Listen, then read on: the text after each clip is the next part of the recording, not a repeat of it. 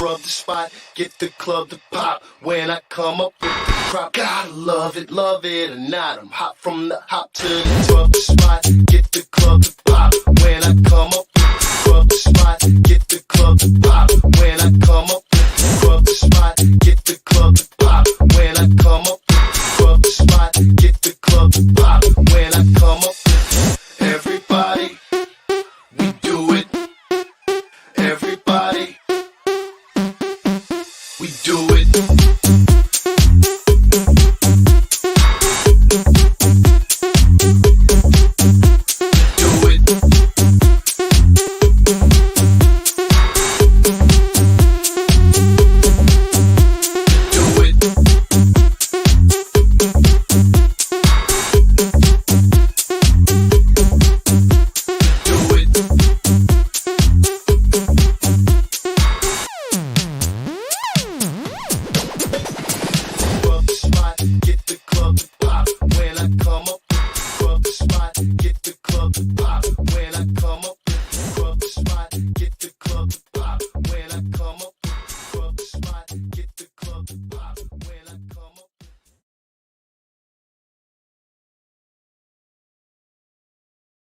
Coolest, probably the biggest reptile podcast in the world due to the state I'm in right now. But this episode, first and foremost, is brought to you by Marshall Mendez of Red Mountain HERPS. Please go give Marshall a follow. He's working with some amazing ball python projects. And not only that, just hatched out an amazing litter of basins.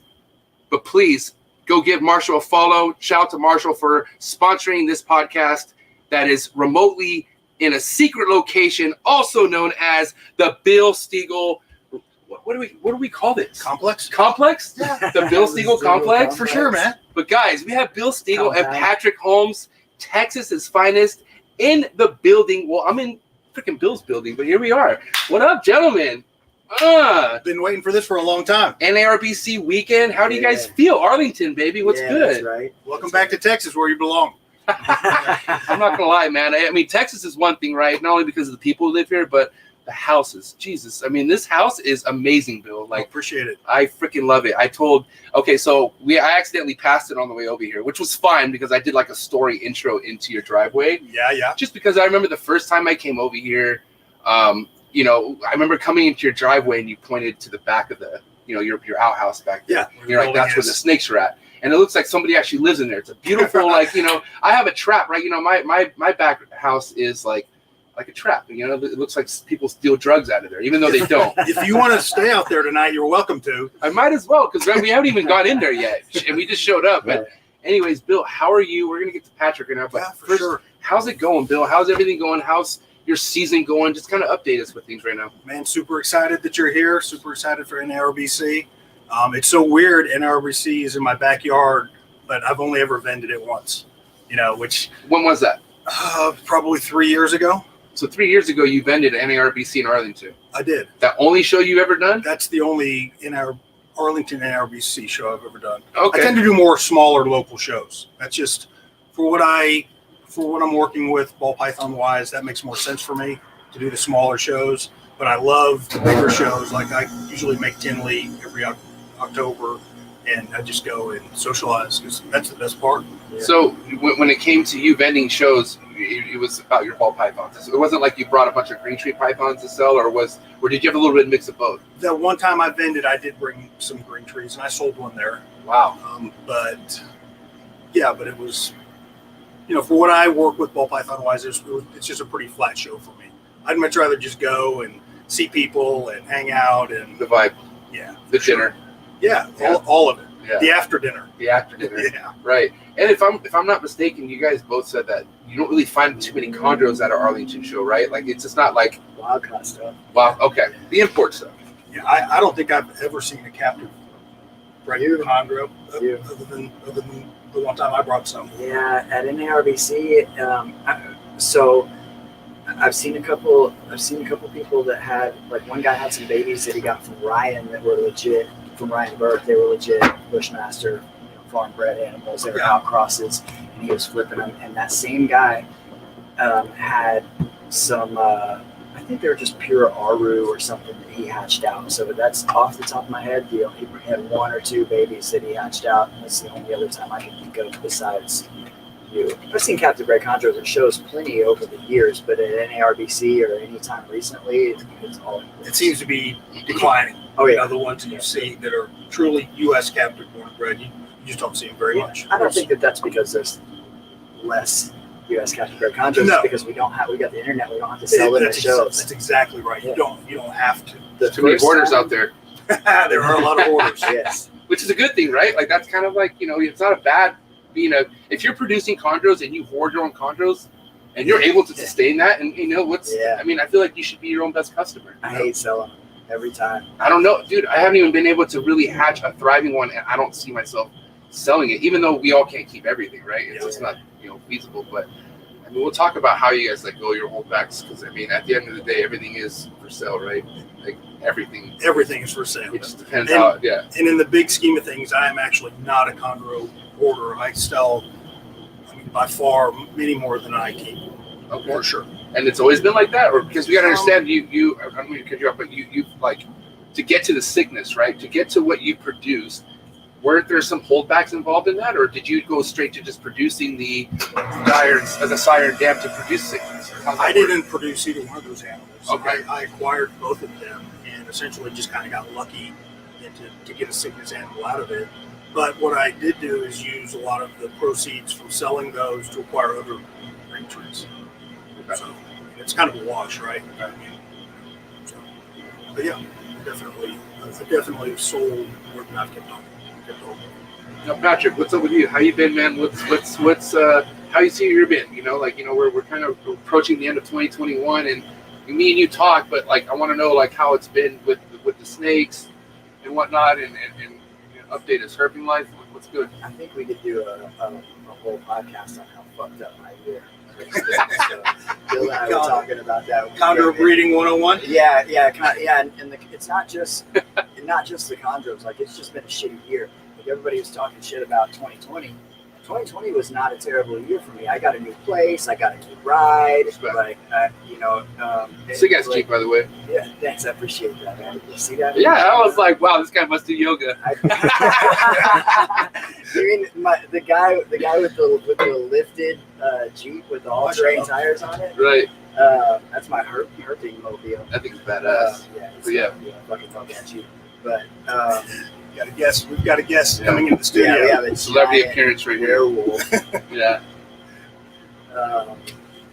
Anyways, it's not just with the chondros. I've had the worst year ever with chondro breeding.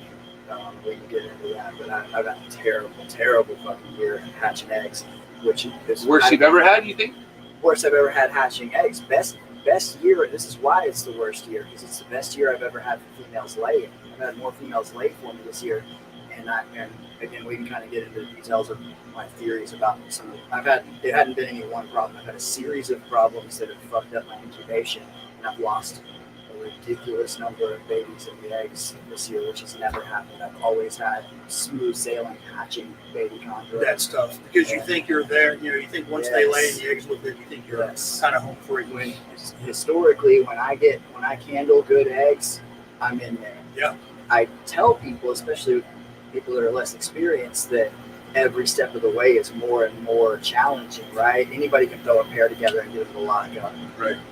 But does the female ovulate successfully? Does she lay fertile eggs? Can you incubate the eggs? And then when they hatch, Does she then you're recover? really fucked. Yeah. Like trying to establish babies. Right. But I've been I've had a knack for establishing difficult feeders for 20-something years. I've got a ridiculous amount of experience doing it. So that's not part of the equation, right? Neither is hatching eggs. Historically, give me fertile eggs and everything else. It's not easy.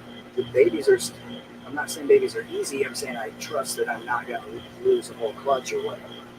And but this year I've not been able to hatch chondros for sure. I've had a lot of females lay. I've only hatched a handful of eggs. So it sucks. I'm keeping all of that shit. I sold a couple of babies and that's it because I'm a hoarder. So. What do you have to say to that, Bill? I mean, with your experience, I mean, have you had years where it's just like you just seem to keep can't hatch anything, or I've been lucky. Now, I have not produced as many Chondro clutches as Patrick has. Typically on a year end, I think you had eight females laid this year, and I've never even come close to that. The most I've ever had clutches, 8 Chondro clutches. The most I've ever had laying in a year is 2. So, but on the other end of it, my incubation, I've been successful really on all of those. And that's for different reasons. Some of the reasons are within your control, and some of them are not within your control. So, but I'm like Patrick. I'm to the point now where I'm confident enough. If you give me a fresh hatchling, I'm going to get it established the vast majority of the time. Whether it kills one of us or both of us, you're eventually going to get it. Now, since we're on the subject of establishing neonates, chondros, what we're talking about. Lately, I've had conversations with people where some only go so far as trying to get it established. Yeah. If it doesn't want to go that route, then it is what it is. Meaning you're on your own type of thing. How do you guys plan that with your neos? Do you just continue to assist feed it till it's ready, or Patrick? I'm a fucking monster with it. So you don't mind. I'm gonna make them live. That's just what it is. So you're on that soccer You team. got a lot of people. Yeah, my approach is a lot different than Sox is, though. I don't know how, as busy as that dude is with his business and being a father, I don't know how he spends the time to do his establishment the way that he does, because he's very patient and methodical with it. Yeah. I'm terrible at time management, and from that perspective, it's probably a blessing that I didn't hatch out 80 chondros this year like I could have. And That's a full-time job. It's a it can be full-time. I have spent, with a clutch of 15, spent hours in front of the rack at a time. But I spend small amounts of time on individuals, and I may hit them 2 or 3 rounds in one sitting, but I keep going back to close that tub and give them a reset. Yes, and go back. I can't tell you how many times I've nailed one on the second or even third time in one sitting. And so, I also watch for stress. There's real simple movement markers for stress of the animals, and when I see that they're hitting those, if they run, Run's a classic. sometimes I just close the tub right then. But sometimes I've gotten hits when they were running, but once they run, I only try a couple more jabs, and if they're not standing their ground and striking, that's done. Close the tub. I'm the same way. Yeah. I give a runner absolutely no chance. Once it runs, a lot of times it'll throw itself off the perch. It's on the bottom. Yeah. Then you just close it up and you come back another day. Even worse than runners is when they start to slow down. When an animal stops fighting and starts slowing. Yeah, that's its system overloading with stress, and that's when you got to back off and let it ride. Anytime I'm dealing with an animal, whether it's a medical thing or a wild animal thing or whatever, when an animal has to be restrained, especially when they're fighting, I'm kind of in that groove and everything's all good. When you feel an animal go limp or stop fighting, that's when it really starts stressing me out. I'm like, now we're pushing this animal past a certain point. So it's like that with the babies. I'm not the most aggressive guy with the teasing, but I also don't, you have to be very persistent. It looks like I'm beating the shit out of my babies with Pinkies when I'm in there teasing sometimes, but the actual contact is super gentle. I'm just barely touching them. And the crazy thing about chondros is there's no one thing that works, period. You can have a clutch of 15 animals that'll have 10 different feeding styles. Yeah, it's all different. And you get different spot, and you get used to that every animal. Each individual animal will consistently be like that. You'll nail something and you make a mental note of, some people write it down. I write it down. Yeah, I just make a mental note of it. Let me ask you this, Patrick. How many snakes have you gone the long route establishing and then trying to breed them and stuff what kind of adults do they become? That remains to be seen, because as I don't know, with kind of a different story, but you guys know I was in prison for almost 5 years, so I don't have animals from back then. All I have is that one Brettles python. I still had a few snakes when I got out, but most of them have passed since then. So I'm just now raising all of these animals up. But we'll see. I have animals that were right now are over 2 years old, and a couple of them were kind of tricky starters, and they are savage, robust animals now. That's not always going to be the case, though. Some of these animals that are bad starters, like those are. I like to hold stuff back that are monsters from the beginning. I've heard it said that, very generally speaking, those animals tend to make better breeders, especially females. Wait, hold on. They tend to make better breeders if they were monsters from the beginning. Okay, got it. And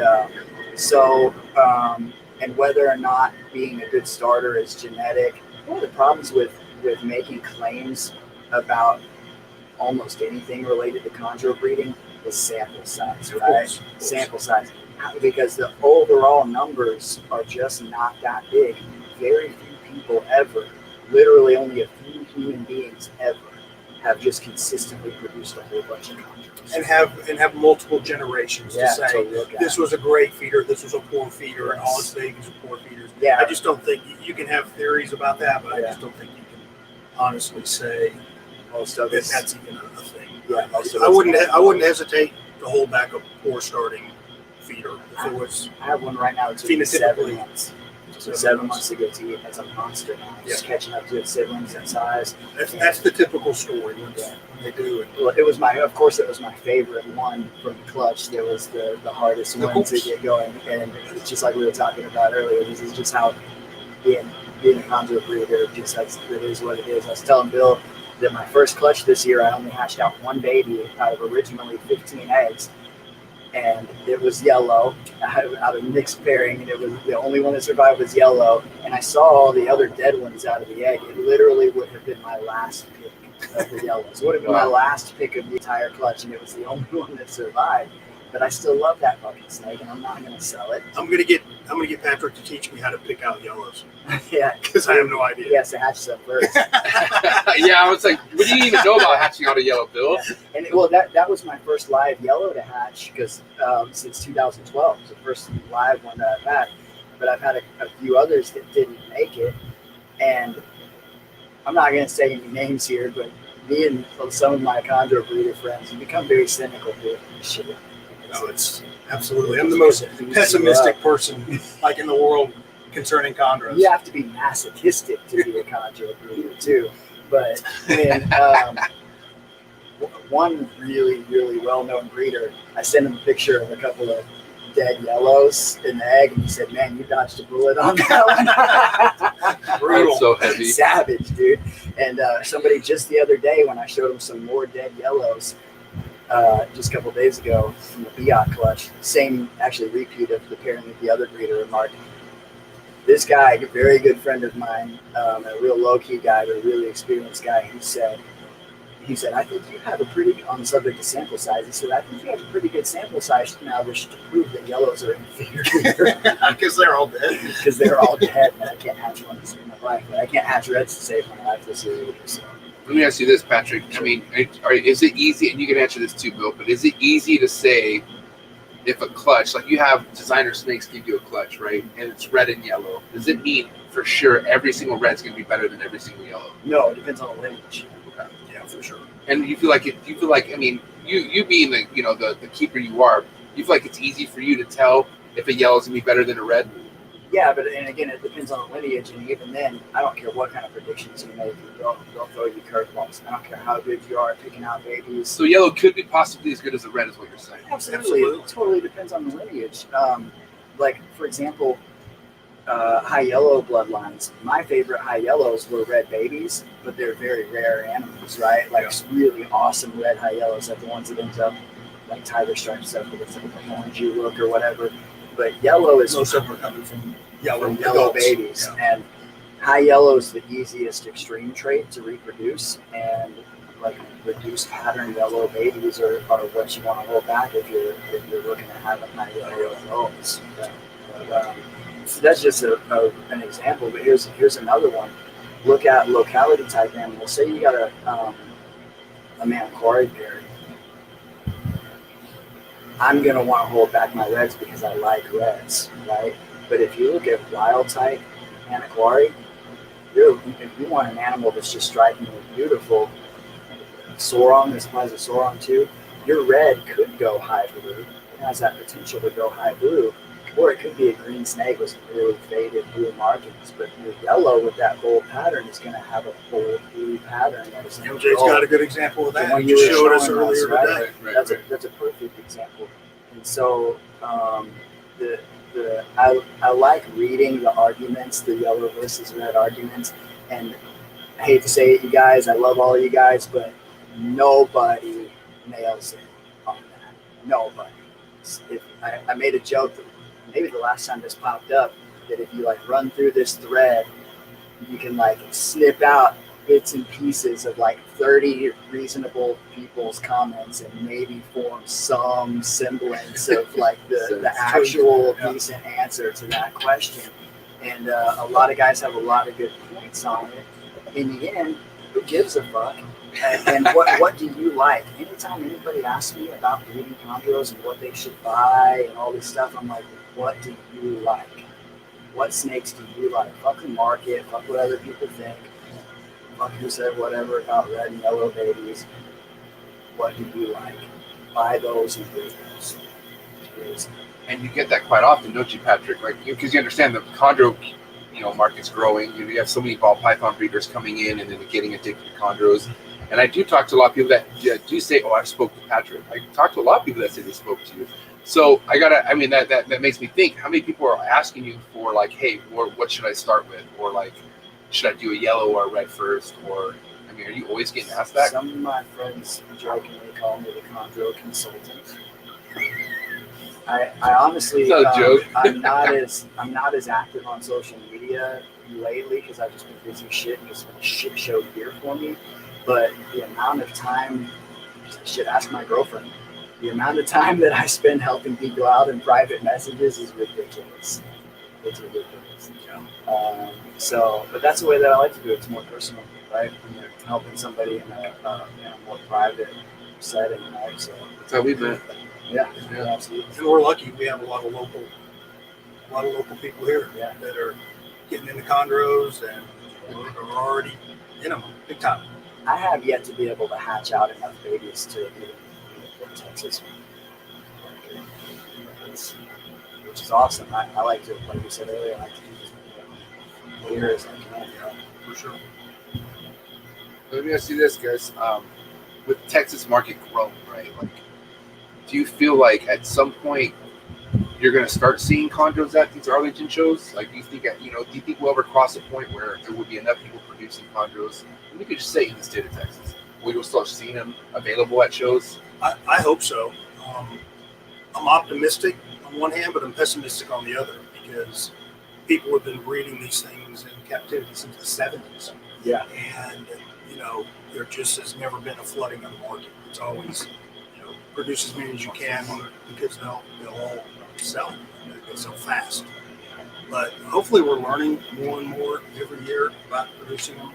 I feel like I'm learning less and less every year because, they're just so unpredictable what they do. But I'm optimistic that one of these days we'll have enough to meet the demand, but right now we don't. Now, if you kind of talk about your ball python production demand, do you feel like you're even fulfilling that right now? Because you do have your set of projects that you do every year, right? Yeah. But your stuff does blow off the shelves pretty quick. So do you feel like there's even more that you could even produce, or do you feel like you can't even keep up with? The demand with ball python? Again, I've been very pessimistic about the ball python market. I've been doing it 20 years, and every year I think this is going to be the year that I produce too many, and I'm not going to be able to sell them. Right. It's never happened, in 20 years. And so I just think I think we're just touching the tip of the iceberg because I've got several reptile vet friends, and they say by far the biggest increasing market in pets are the reptiles and snakes in particular because they're so easy. Who was it? I was just going to say, and it seems to just be, rolling on itself, and it just seems to, I don't know, it just continues to have this energy and this more and more people are just jumping on board. 5 years ago, they would never have a snake. Now their 8 or 9 year old kid wants one, right? So I don't know who it was. I don't know if you remember, Matt, but who said it to where like the dog market, like the mammal market, is nowhere nearly as what it was, and how much popular the reptile market is growing, just because how easier the maintenance is. Like, you know, there's people nowadays they're just too lazy to even take care of a dog. It's You know, classic millennial. Classic millennial. I mean, put it in a box and forget about it for a couple weeks. Yes. We'll come back to it later. Yeah. I'm nowhere near responsible enough to care for a dog. Not even close, man. You give me 100 snakes, I can stuff them in a corner and forget about them. That dog is needy as fuck. True that. Dogs require daily care. My snakes, if my house is anywhere between like 70 and 85 degrees and everybody has water, I can bail for a fucking month. If I don't have neonate chondros, don't have to worry about it. It's true. Can you talk about this red wine that we're drinking? It's really delicious. Well, this is a decoy. It's Decoy. It's a 2019, and it's from Cali. That's a Cali wine. Very player, Bill. All right, so story time, real quick. We're hearing about Bill having 20 plus years with ball pythons, and how many years with carpets? Oh God, 15. 15 years, right? Yeah. And then Patrick comes into his life, right? So Patrick, let's talk about the first time you met Bill and you saw the collection he had and the enclosure and whatnot. We kind of break down, because this is a story I just found out an hour ago, and I was like, wow, let's talk about this on the podcast. Because we didn't know each other. No, We both live in the Dallas area. currently being attacked by a yeti, A Yeti. a polar bear or something. I don't know what the fuck this thing is. Who are you? So the first time I met Bill would have been at a show, because he was occasionally vending shows. But I actually bought a carpet python that Bill produced from Michael Pinnell. He was selling a few of your animals on his table at a show, and it was a Jag sibling. And Michael's the OG, man. Michael Pinnell, I'm proud to even be able to say that he had one of my snakes on his table. Yes. He's awesome. Michael Pinnell produces, and sorry to a couple other guys, but he produces the best striped carpets. Sorry, Bailey. Oh yeah, I'm sure Jason's all watching the podcast. Yeah. And Michael Pinnell's good people, man. I love that dude. Every time I see a striped coastal that he has that I want, it's his whole package every time. So, anyways, Everything's for sale packages. that's how I kind of found Bill. Even though I'd seen him at a couple of shows, I bought a snake from Michael Pinnell, and so I got in touch with him, and he invited me over to come check out his stuff at the old place. And there were not any green tree pythons over there. This was 2008-ish, and it was all carpets and ball pythons, and he had the biggest fucking IJ I've ever seen in my life. Massive girl. This female IJ was like a legit 8-foot snake. They tell you IJs only get 6 feet long. This thing was the side of And it. IJ, can you just? I think. We call them, what do we call them? West Papuan? Papuan. I think it's pretty big, right? Irian giants. Yeah, Irian giant carpets. No, they're supposed to be the Smallest smallest. smallest carpets. Oh, Supposed to be the smaller one. Supposed to be the smallest. But she was a beast. She was a monster, and she was the mother of my Jag sibling. You had a jungle Jag, and I think was it a coastal Jag? It was a coastal Jag, and then I had That was my original breeder. It was a coastal jag. Yes. And you had a couple. I think he was one of the ones in one of those animal plastics cages. I think he had just a regular jungle. So Bill had two 36-inch tall animal plastics cages. These arboreal cages, 2 feet wide. and 2 by 2 by 36. And they had carpet pythons in them, which is cool. Carpet pythons are very arboreal animals. But I told him, dude, you need some condors in these cages. Straight up, you got arboreal cages with carpets chilling on the bottom. Put some green trees in there. And I'm not claiming that like I influenced Bill or that I won't end that story. But what happened next time you came? What happened next time you came over? Yeah, well, next time I came over, there were condors. Well, and not only that, but I had taken the cages and I had flipped them. So now they were 3 feet wide by 2 feet tall. There you go. Oh, so you made them longer. I made them longer. Yeah. Okay. That's one of the myths about green trees is they need this big vertical cage, and they don't. It's actually bad. It's hard to maintain a proper Yeah, you can't gradient. maintain the. A vertical cage is fantastic if you want to get into the subject of why certain caging works and why it doesn't, why certain heating elements work and why they don't have temperature ranges and all that. We can do that real quick. Before we do, shout out to Focus Cube Habitats. The future of Enclosure is now here. Please go give them a follow. Focus. Focus Cube Habitats. Please continue. Peeps. So the reason that a 2-foot cube or a 24-36 is an ideal size for a chondro cage is because that's the size cage where it's easiest to maintain an ideal thermal gradient with a typical heating element in an average ambient room temperature. That's it. When people ask questions about cage size, heating elements, temperatures, people want to jump and give like a one number answer, 84 degrees, 87 degrees, 24-inch cage, whatever. There are so many variables involved in that people just don't look at the big picture there. So the best cage that you can provide for a green tree is the biggest fucking cage you can put it in while maintaining the proper parameters. And it's just in a huge cage. If you have a room that's 72 degrees, it's exceedingly difficult to have anything other than really hot spots and a whole bunch of it makes basically everything unsuitable.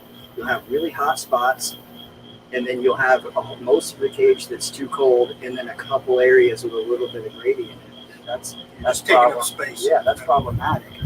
With babies or animals you're trying to establish, it's different. I don't care what anybody says. It's ideal to keep babies starting in a small, simple enclosure. Doesn't mean it. That's another argument. I can sit here and smash arguments all because day. let me capitalize on that, because I was as I was talking to Patrick just now about the whole him having people ask him, hey, what should I start with? On the flip side, I get people asking me all the time, like, hey, I just bought this chondro. It's a neonate, like it's small, and they ask for my advice on an enclosure, and I tell them, look, tub is your safe route, explain it. So it's the same. And then they do an awesome thing, go to Focus Cube Habitat and buy fucking like an 18 by, you know what I mean? And it's decked out, and I'm like, dude, that's awesome. It's just it's not ready for that yet. And I hate being right all the time on that, but they seem not to do well when you put them in something that's too big for them, and with substrate and all this stuff, like literally they'll even eat sometimes, but they won't shit, they won't shed, they'll like literally shut down. Not eating is the first big problem, and Focus, Ashley, and they're good people. Like they're really cool folks, and they posted some pictures recently of some experimenting they're doing with keeping neonates or small juveniles in larger enclosures. And I'm not real clear on exactly the age of these animals or the origin or anything, but there's, first of all, a massive difference between putting a brand new neonate into an enclosure like that and one that's even established for 3 months. Right. You know what I'm saying? There's a huge difference. Right. But Patrick, most people would look at a 6-month-old green tree and assume that it was a fresh hatch. Yeah. Because they're so small. Forever to grow. They're so small when they hatch. It takes them so long to get to that intermediate stage. You could keep a 1-year-old green tree in really the smallest of tubs. Yeah, I just recently moved some yearlings from 6s to 15s. They were past due for it, but and so the thing is not that you can't keep it. Nobody sensible is arguing that you can't keep a juvenile in that setup, or even adults. We get all the bashing of exoterras. I've kept chondros and exoterras just fine. Is it ideal? Maybe not. Glass doesn't hold temps really well. You got to cover the screen top. There's modifications that have to be made. Which Focus blah, does. blah, blah, blah, blah. Yes.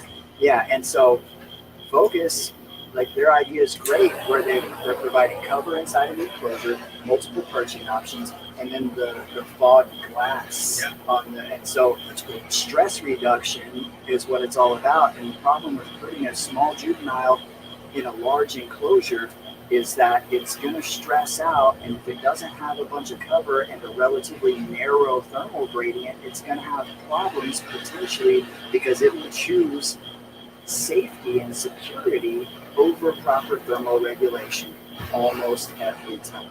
Right? They're going to perch in the place where they feel safest regardless of what the temperature is, and that's just a fact.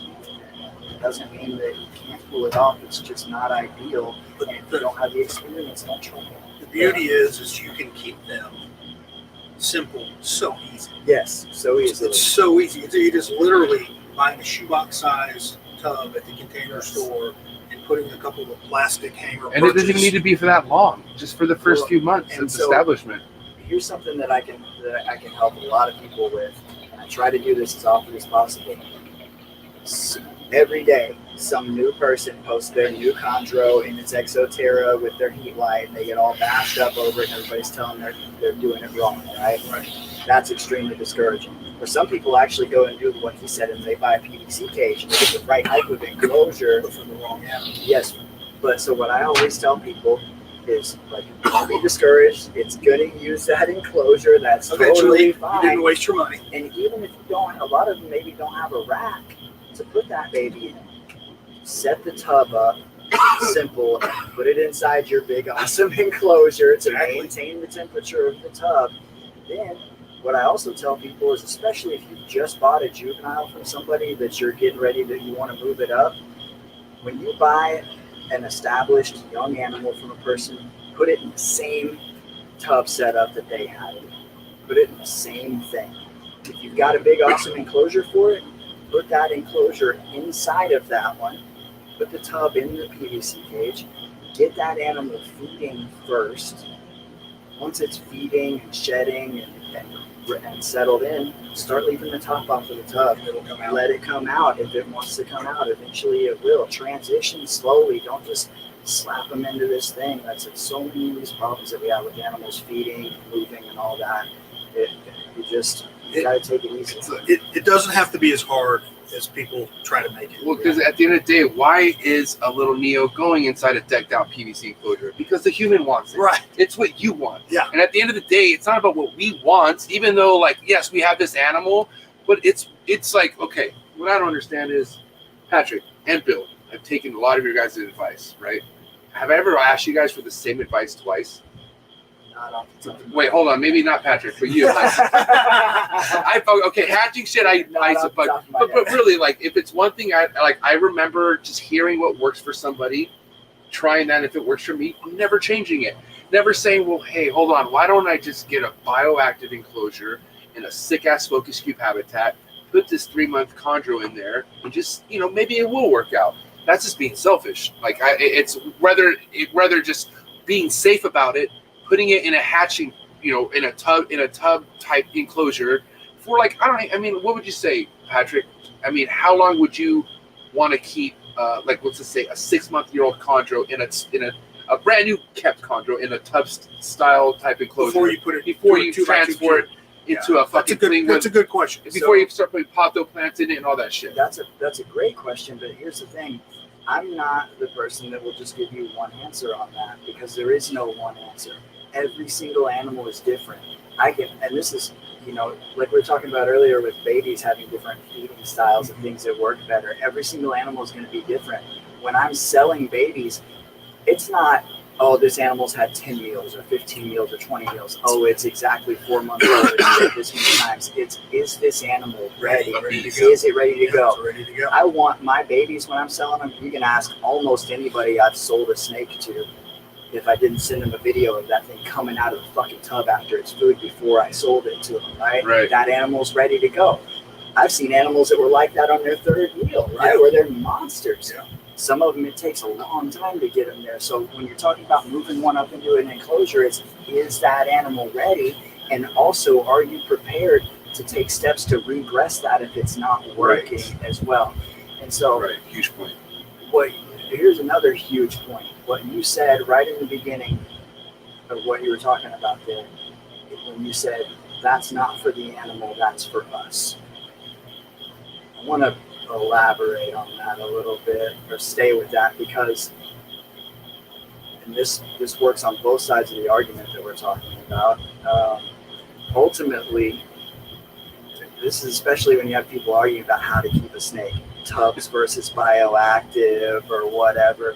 The people on both sides, and this is like any polarized argument, people on both sides are right and wrong about certain points and are so dead set on their fucking stance that they will ignore logic, refuse to listen to each other's things, and just want to die on their hill over the shit, when really you can keep chondros bioactive. You can keep chondros in tubs. Tubs are probably not the best way to do it, but they're the easiest way to maintain a larger number of animals. All of this is for us. this shit is not, we say we love our animals, and we do, and some people are not doing it for the animals at all. Some people are scumbags and are just doing the shit for money and don't give a fuck about the animals. But all of us as animal lovers, keeping animals is a selfish act, period. So as long as you're aware of that and factor it in, that's fine. We are all keeping jungle dragons in fucking boxes. Some people's boxes are bigger and prettier than other people's boxes. What matters is the animal, are the animal's needs being met? Does the enclosure and the setup meet the proper parameters for care for that animal? And yes, there is something to be said for enrichment. Certain animals, and that varies species to species. Some animals are more complex and have a higher need for that type of thing, right? Yeah, but you're right. None of us are doing this so we can repopulate the wild. Yes, right? this is not when people are like, oh, I want it to be as close to the wild as possible.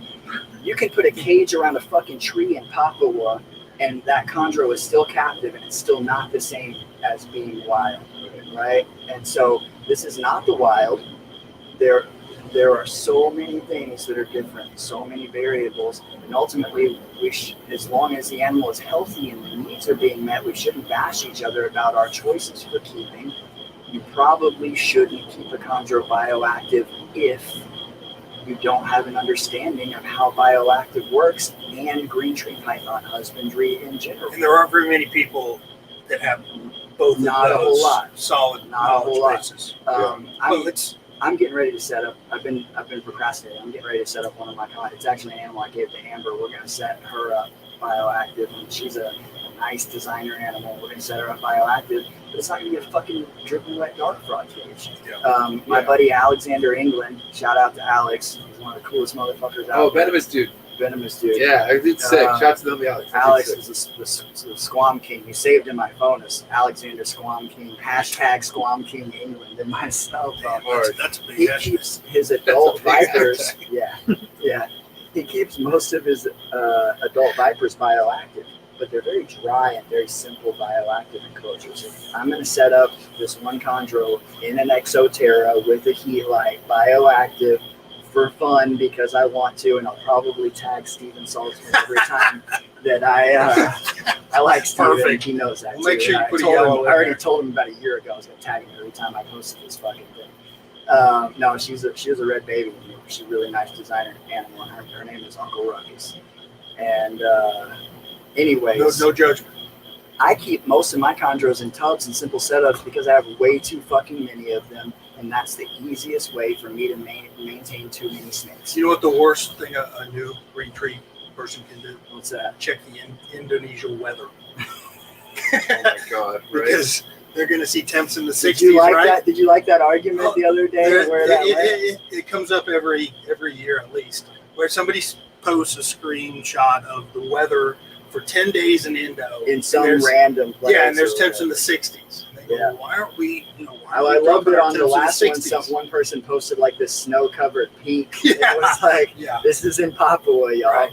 Which, You think know, there's and green after trees? You think there's green trees living up I there? occasionally go through and flood those things with screenshots of weather from, because you can't look at that day's weather or whatever, but I will post screenshots of that day and the annual averages from places all over Papua.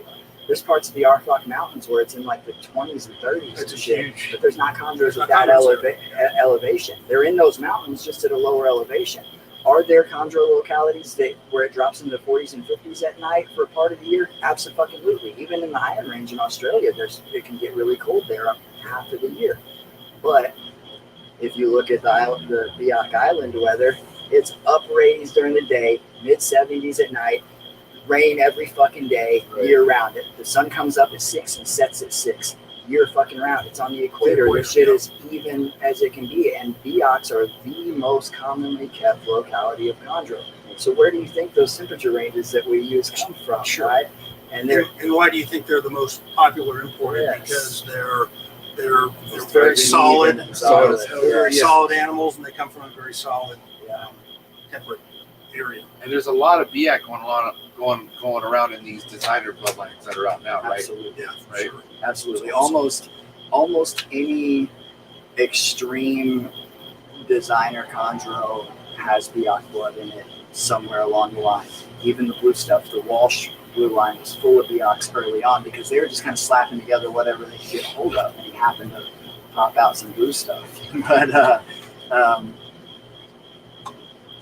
plain and simple, I know I don't want to, I know a lot of people still disagree with the current taxonomy. I think Biocs are going to get classified even further, and they're just a completely different species.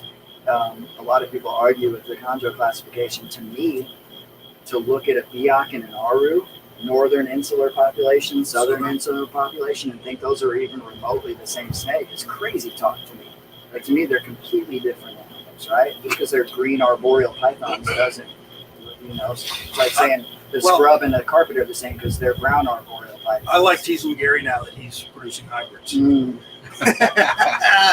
Yeah, he is. He's producing hybrids and ball pythons, which is, They still be doing carpondros. Dude, what the fuck? Gary doesn't hatch out any ball pythons for 30 years, and then he hatches some out, and they're like, you see those things? Yeah, like super high white hides. I was there. I was there at Tinley when he picked them up a few years ago. Who do you think talked him into getting into the royal game? Yeah, I love that he was posting all those pictures, like asking people what they thought about what they are. I would have been doing the same thing. I don't have a clue about any of that stuff. I want to take a second because I know at the beginning of the show you said Marshall Mendez sponsored the show. Yes, sir. Yes. So we can't fuck this up too bad.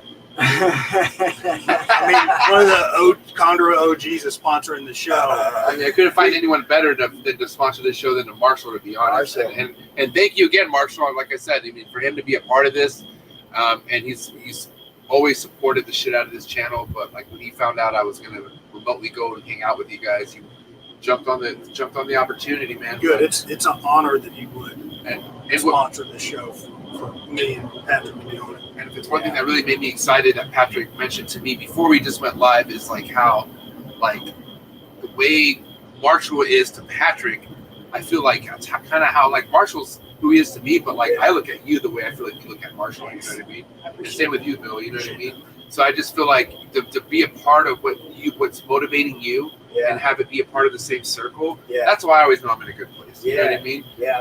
But it really drives, because I always like being, ever since I was a kid, no matter what I'm doing, I want to do the best of it. You know what I mean? And, I don't know, man, if it wasn't for the people who you surround yourself with, I don't feel like you'd have really much.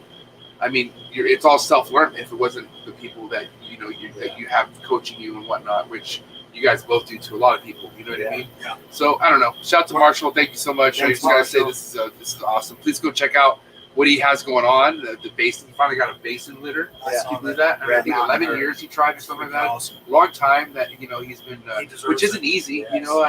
Chondros isn't easy either. But like, you gotta understand, you have someone like Marshall, and you see if you look up Marshall's account and see the Chondro he breeds, and see like basins, how he struggled with basins. You know what I mean? Which a lot of people struggle with basins. Almost everyone struggles. Marshall Mendez has worked with the most extreme chondros and produced some of the most extreme chondros just ever. And he's been doing it a long time. A very long time. Marshall, I've been keeping chondros, like I got my first ones in '98.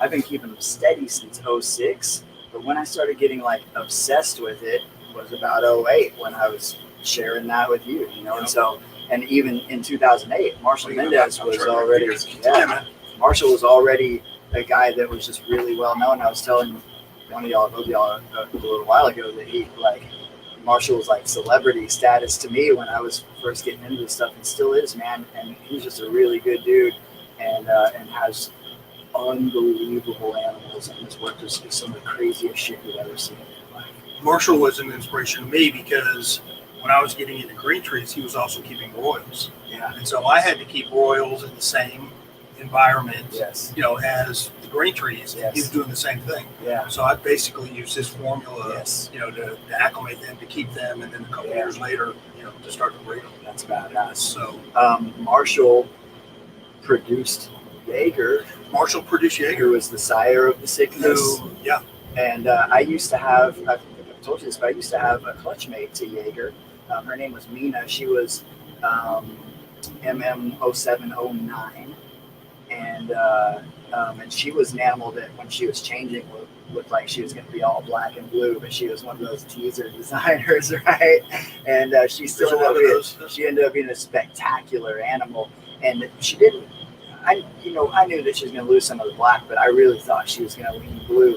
But chondros sometimes go through this brief phase before the green really settles in, that their blue kind of stands out a little bit, right? For sure.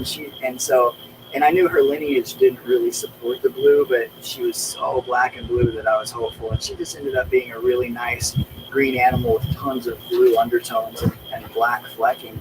But I tell you what, after seeing the sickness,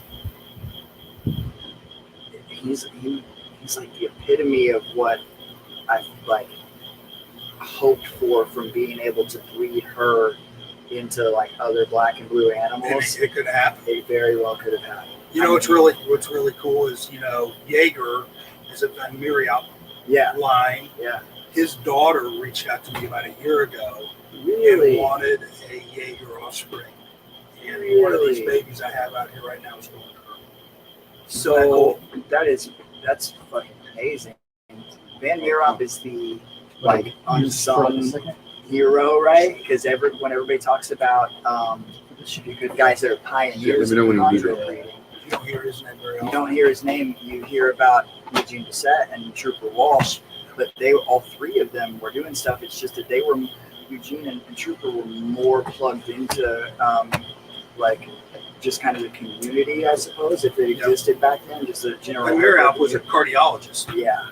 So he had other stuff on his plate too. Yes. Not working at the National Zoo. Yes. Or having ophiological services like Eugene. So, but Van Miriam was one of the key players with the figuring out maternal incubation, and he actually did experiments about oxygen intake increases with maternal incubating females. Cardiologist, of course, he did that shit. Yeah, man. So we have him to thank for a lot of figuring out a lot of this stuff too. But yeah, that line, I knew that blood had potential for black, but I'm gesturing because Bill's phone is sitting here in the background is the picture of the sickness. That's like probably his most popular picture, wouldn't you say? Probably so. Probably most popular snake, would you say? Oh yeah. Well, there was actually on Wait, hold on, Instagram. time out. Guys, real quick, we're in Texas. I'm not going to say it was really hard to get here. It was actually fun, but there's 35 goddamn likes. There's 50-something people watching. We need to get the likes up right now, or I'll easily take this to Patreon page, because we're about to get into some serious conversation right now. So please, for my two guys, get the likes up right now, and we can continue. Go Come ahead. on, Marshall. At least Marshall can give us For a Marshall, like, right? I think Marshall already liked. Yeah, we're good. Okay. But guys, let's get the likes up, please. Go ahead, Bill. I can't remember what we were talking about. Shit. The Van. He said, was that your most popular? Yeah, Oh, sickness. Yeah. Well, So because that's what brought me to your Phoenix Reptiles was the sickness, Yes. 100%. So let's kind of talk about the popularity of that snake. Yeah, the sickness was every green tree keeper and breeders really dream come true, and again along the roller coaster ride of green tree keepers, right? Right. Because the sickness came out of the second clutch I ever produced in green trees, and he came out of a mildly melanistic male Jaeger. Yeah, he still has some Patrick. black on. He's a beautiful snake. Beautiful. He's got some Yellow diamonds. yellow diamonds, black, nice blue dorsal. Yes. And I bred him to a very green, what they call Wamina or Highland type female. And I She's did still that. really pretty too, though. Well, I did that because those were the only two snakes I had, Yeah. basically, Yes. right? Okay. Your first two chondro. Well, I not really. I had a pair of Arus. That was the first clutch too. That was my first clutch. Yeah. The Arus. The roots were your first one. Arus were the first clutch. And how big were they when you got the roots? Were they kind of like? They were both adults. And have they been bred before or no? No, they hadn't been bred before. I bred them. It was a small clutch, maybe 8 eggs. Hatched them, I incubated them like I did my balls and carpets. The babies came out and they just ate immediately. Of course. The Arus are supposed to be like typically kind of hard to get started because they're very kind of shy, tend to be kind of shy green trees. Well, these things just immediately ate us. These green tree guys don't know what the hell they're talking about. I mean, I've done carpets for 10 years, and this shit's easy. fucking losers. First time, I can't tell you how many times I've You've heard heard that somebody story? say that, but it was their first clutch, and I'm like, produce 2 and tell me, come back and talk to me next year, motherfucker. Yeah. After you have some Well, fucking heartbreak and some shit's in your freezer and some disasters happen. And you Well, see, that you was see my quite, next year. you see quite a bit of people going, pretty good on their first year, right? Like, I mean, You do. It almost first seems like clutch, beginner's luck. beginner's they either get it really good or really, really bad, right? Like, I mean, I feel like I've only had 2 clutches, and first one was bad, but I had one that took right off the first after couple that, times, and the second was the runner, the one I ended up sending to Sock, who still is being fucking suspended. Really? Holy God, things a year old now. A year old, the fucker strikes, strangles, and just lets go, does not eat, and is big. I feel so That's bad crazy. for Sock. I'm Yes, like, that's Sock, just- you let go of this every thing. week. He's like, no, my daughter fucking loves it. I can't. I'm Yeah. like, all right. You wouldn't think he's not eating. How big he was. Dude, this thing was That's crazy. Yeah, he's going through his OCC and everything, and the motherfucker has not That's taken not one OCC. meal on its own. Yeah. Anyways, but yeah, so Well, I mean, So anyway, my second clutch, the sickness came out of that. And it was the complete opposite. I think 18 eggs laid, perfect incubation, 18 babies come out. And I think I ended up establishing 8 of them. so 10 of them ended up going 10, south. 10 of them going south. And And if I had that clutch today, they would have all survived. Let me ask you this: if those ones that would have, did you see any potential in there that could have been better than what survived? Like, did you have any like Neos that like fought? Like, No, Like your favorites, or did the favorites- the sickness stood out. okay, That that clutch. was the one. Yeah, okay. he was the one, and luckily he was established despite my intentions. And he round the bat. he did fine. Okay, cool. So basically, I got lucky there, and he went on to be a great animal. He bred and produced when he was 3 years old, maybe 3.5 years old, and produced a nice clutch of 15 babies, and they all hatched. But then when he was 5, he rolled over and died. So There's that. That's the roller coaster down. And let's see, that was how long ago? 18 months ago. Yeah. And then let me be honest though, because like fuck, we all have our favorites. I mean, we all love our animals, but I mean, like, what was that kind of you? What did that do to your soul? Like, when, having an animal like sickness kind of lay out a platform for you where you're at Sure. now, right? Absolutely. But like, obviously too soon. But like, I mean, was there kind of a bit of you that said, fuck this shit, like I'm kind of over it? Or did you just say, well, it is what it is and let's keep going? The only thing that prevented that kind of dramatic response was that I had his babies. I had 15 of his babies. And so that really cushioned the blow. But none of his babies, and I've got some of his babies and they look amazing, but none of them look like him. There's a lot of melanism, really beautiful animals, but they don't look like him. Okay, cool. One of a kind. He was definitely a one of a kind animal. There have been some other chondros that have been And they're strong, roughly that. like wide Pedro's or stuff whatever. over there in Portugal.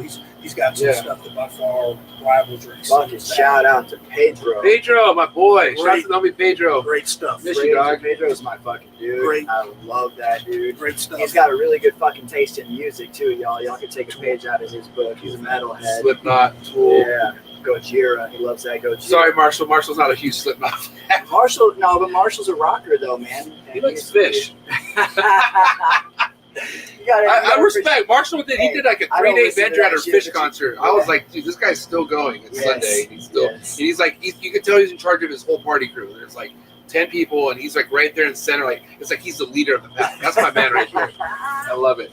No, but yeah, like okay, but Pedro has the most potent designer line ever going right now. Like, Absolutely, certainly currently. yeah. You could compare like the computer chondro and stuff, the calico stuff. Yes. But, yes. but recent current stuff, I- by far. I think the argument for Pedro's over that is simply that, as I'm remembering, I mean, look, Cal Jr. came from pairing computer chondro to fucking aqua girl or whatever. Yeah, it was. that's Dial Walsh blue line animal, That's right? true. So- So mosaics paired with a With yellow needle, road. it It just goes throws crazy shit. stuff. Yeah, exactly. I So, agree. and that's why, and just the consistency of that line, I've off the top of my head, and again back to sample size. I mean, he hasn't produced a ton of chondros, but a good number of them, and damn near everyone super extreme. I'd say he has, for the number produced, the highest ratio of extreme animals of anything that I've ever really seen before. You bring up a good point, Patrick, about how these traits are inherited, and one of the cool things about them is they're not recessive, they're not incomplete dominant, they're like polygenic, right? So if you want a crapshoot, it's a crapshoot. But if you want a black animal, you try to pair animals, that have black on both sides. Yes. But none of these animals from any of these lines, whether it's blue or yellow or black, that the whole clutch just comes out. Yeah, you just don't. There's no guarantee. There's just no guarantee. You get what you'd expect, a spectrum. If it's one snake to kind of always throw you a wild card, it's a Biak, wouldn't it? Would you say like a female Biak or something like stuff with Biak blood? But yeah, just out crosses. I mean, look at the clutch that I produced a couple of years ago. But that may be because Biaks are the most readily available females. That's a factor. But this goes back to the hybrid thing. Something about crossing stuff to Biaks, you can breed anything to a Biak, literally anything. The plainest Aru to the plainest Biak, and you might throw a high yellow. Yeah, those right? Biaks are crazy. Yeah, and it's because we're crossing those genetics, they're hybrids, and it just throws weird stuff. And I feel like they're the best bet for getting like bang for your buck extreme traits. Well, I mean, even the Saran Biaks. I mean, those are banging too. Yeah, there's some people have done some really. I have one. I've got a Saran Biak. She's actually a Saran Biak. Isn't she big? She's a big girl. She's blue. This is the first September with me that she didn't just go ice blue. I'm wondering if she's going to do it this year. The last 2 years, she just went. She was hormonal and then changes back. Yeah. Have you ever had a girl not late for you like back to back years, like go like almost 2-3 years off and then later, or like? No, I can't say I've had one go that long. I've had females that just have never produced for me. I have a female now that I've tried 3 times. She gave me 4 slugs the first time I bred her, and then nothing the other times. So again, it's just green trees. I mean, you never hear really of a ball python doing that. Like, no, that's why I love. I look at my fucking ball python whiteboard and I kiss it and I go, "Thank you for being so nice to me." I know it's so consistent, reliable. It made me realize why, like, I'm okay to get my heart broken by a chondro, because I do have a ball python that's going to easily give me money to buy me another chondro. I don't know. Not one ball python, you got 20. Yeah, right. A shit lot. Yeah. Yeah, I mean, this is what we were talking about earlier with the failures that I've had this year. Like, that's totally what I get for. Like, my job pays my bills, right? But not a whole lot more than that, right? I make real good money for a fucking 2-time continent, but I make good enough money to pay my bills, and I don't have to have any snake money. But man, my feeder bills are stupid, and I'm sure we're keeping out of it. And while they're saying this, I just want to say shout out to my sponsor, Cold Blooded Cafe. Miss you, Des. Miss you, Steven. I love you guys. Family right there. Yeah, absolutely. Those are some of my favorites. Steven called me yesterday and I didn't answer. Steven should be here, actually. Steven was supposed to be. Oh, seriously? Remember, he was supposed to come to Arlington, and I had plans on having him sit down for this sit down. But, when you're running a fucking company like Cold Blooded Cafe and Reptile and he's out of control with that shit. It's like their thing is just having, with unemployment. Well, luckily unemployment's finally fucking, it's kind of holding back now. To an end a little bit. Yeah, so the thing is having just good employees. I know man. It's like with that, but everybody is, man. Yeah, right. And we can't expand our business because it's hard to find good help. It's not easy, bro. It really is. Steven's a monster, man. That kid. Good kid. When I was 21, I was fucking high and sleeping on somebody's fucking couch, or I was in jail or something. You would have been playing video games, but they didn't have them back then. I was putting Molly in my champagne and just partying, fucking not sleeping, and fucking not doing what Steven's doing. Steven's running a goddamn multi-million-dollar business right now. I was putting Molly in my heroin. Okay, it got dark. I'll turn that shit up. Y'all don't want to fucking talking about drugs. I'm a fucking monster. I've been clean for 9 years, y'all. I'm just gonna throw that out there. Very proud of you, man. I was a monster. Respect. Which also makes me happy on like I said, I just know once you dip into the system, like the system is built to always keep you there. And for you to you're right. For you to fucking share what you've been through, but then like This is after digging through, like, oh, he's a chondro breeder. Wow, he helps everyone out. Like, you dig through all these good things about you, and you go, wow. And not that, like, you're a bad person for going to prison. But it was a part of your life, you know? Yeah. I went to jail. I didn't go to prison, I you did know? terrible things, though. Yeah. I mean, it's... I went to the principal's office once. He lied. Scared the fuck out of me. Scared Never straight. again. Scared straight, Worst fourth man. grade day of my life. Scared straight. I'm a dumbass, so I mean, I had to go to prison twice to get that shit through my head. That's insane. But still, like, bro, I mean, usually it only takes one time to get stuck in that. You went in there twice. You know what I mean? So it was, and this applies to everything in life, man. Any struggle, it was all about my attitude and my perspective.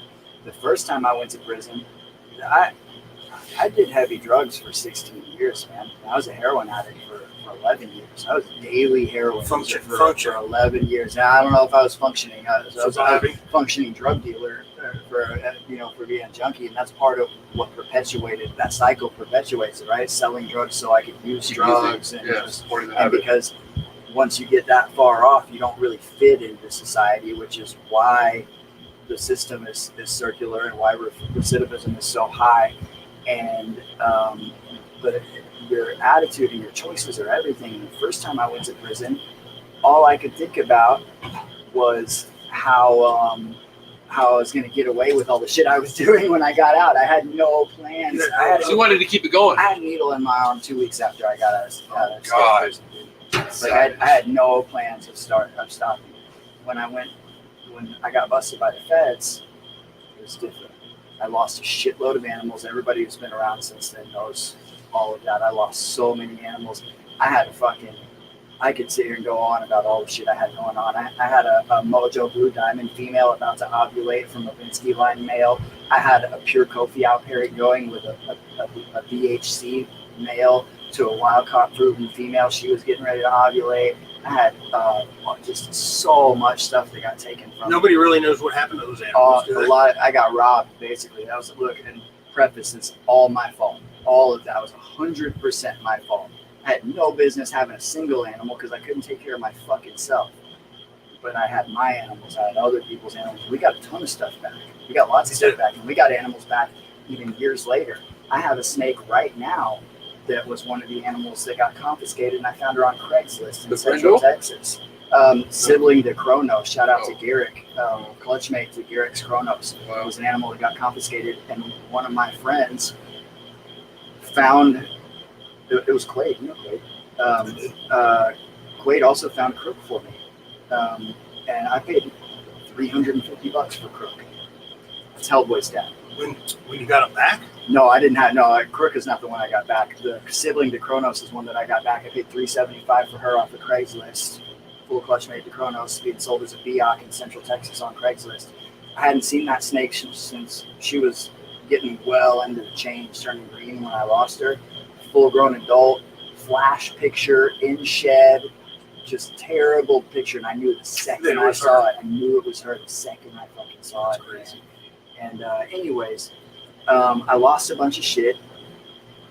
The feds I knew the indictment was going on. Friends of mine got caught up in Missouri. It was a drug trafficking thing.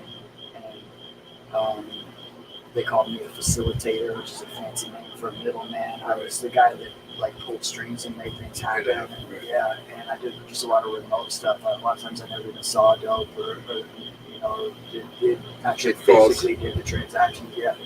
But I was doing all that other shit too. And when I got busted by the feds, there was no dope, no money, no evidence, no surveillance, no nothing. But they don't need that. When it's a conspiracy, all they need is hearsay. Hearsay stands up in court on a federal drug conspiracy, and you're hit. That's just what it is. So I can say, I got 7 years for making phone calls. I got 7 years because I was facilitating heroin deals that were going across state lines. That's what I went to prison. Straight up. And that's why I lost all those animals and all that shit. And you can ask anybody that knows me what I spent all my time doing when I got out of prison was making all those things right with all those people. I was making $8 an hour, working 20 hours a week, and I was sending my money to people that I owed money to for snakes. And because that was just my thing. Just had to Gary knew you back then. Yeah, I've known Gary since 2008 or 9. I bought a shitload of snakes from Gary. Yeah, Gary always says, you make things right, or Gary and Matt Morris. There were other people, but people who y'all might know right now. Gary and Matt Morris kept in touch with me when I was in prison. There were other snake people. I had never even met Matt in person. Yeah. Never met. I've got people that I consider just dear friends of mine, and I've now met Gary and met Matt in person. But people I'd never met before, who that's the only thing we have in common. Gary and I, Matt and I. Matt likes herping too, so there's that. I've never seen Gary out field herping. Yeah, you won't. That'd be like herping seeing in me his- outfield. Honestly, I'm like, okay, so Steven and Andrew, they're fucking big herpers, you know? Yeah. And I'm just like, I haven't said this out loud, and I guess I'm saying it now, but like, I'm not the fucking guy to be like, let me get my stick. Like, let's fucking go. It's fun, don't get me wrong, but like, within the first 15 minutes, I'm thinking about wanting to go home. Like, like God, it's late. well, because a lot of times we're driving 2-3 hours to fucking go somewhere, you know. And this is shout out to Brandon Wheeler. Brandon Wheeler was the first guy to take me herping. He's like, hey man, I'm gonna pick you up. And 2.5 hours we just go east, and first thing we find is a sidewinder, and I'm like, wow, this is gonna be amazing, right? 2 hours later, the only thing we found is a stick bug. You know, and I'm falling asleep, and he's fucking slamming the brakes. My head's hitting the seat. I'm like, God damn it. There's something. I'm like, no, there's not. There's not. You don't have to explain to me. If I want to go herping, I just walk right down here to this big ass building. Oh, there's a rat snake. You find everything you want in there. I find everything I want. All this Australian shit, you can find it right back here. That's crazy. So Gary and Matt Morris and Mel Bernal, if any of y'all remember her, they kept in contact with me. David Means, the scrub guy. There's a few all people that I had never met in person that wrote me when I was in prison, answered my phone calls. And I'd like to bring this up, just to say something without getting too deep and off subject, that those people, my point about saying that Gary doesn't go field herping is that I have very little in common with these people other than sex. Of course. Oh, for sure. Very, very little. What else do you and I have in common besides Not snakes? much, bro. But we're great friends, Yep. right? We've known each other for years. It's one of the best things about the hobby. That's what I'm Yeah, saying. you don't need anything but snakes. And so I'm saying that to say this. Right now, more than ever in my life and probably ever in history, the whole fucking world is focused on what's different about people. Mask or no mask, left or right, like what's different. And all human beings on Earth, every fucking person on the planet, the number of things that you have in common with them Right. is vast compared to the tiny few things that are different from a very broad and general sense, right? Like we all have like arms and legs and eat food and drink water and stuff, very generally speaking, right? But the few things that are different Get magnified, right? get blown out of proportion, right? When we're talking about interests, just one tiny little thing, you can be completely different people in your interests. And that one tiny little thing, we all like snakes, right? Fucking snakes. And we're dear friends. We're flying across the fucking country to hang out and talk with each other because we like snakes. Right. So if anybody can look at that perspective and realize that we spend way too much time focusing on the few things that are different about us and just focus on the shit that it's the same, it would change everything. Literally change everything, the way the whole world works. It's a great thing about That's expos huge. like in RBC, man, because that's what is going to happen this weekend. I mean, I'll tell you one thing. If it's one thing I do like about Expo, because I mean, to talk about what Patrick's talking about, how like some people, instead of looking at the unity side of things, which there's so many reasons why we should unite together as keepers. Like, God damn, the list is too fucking long. There's people out there who like to look at the couple other things that they just don't relate with the person with, right? Right. And they kind of use that to go off on, like, you know, like, well, fuck that guy. You know what I mean? Like, not my cup of fucking tea. You know? Even though we could all get along and have the same fucking friends. You know what I mean? Sure.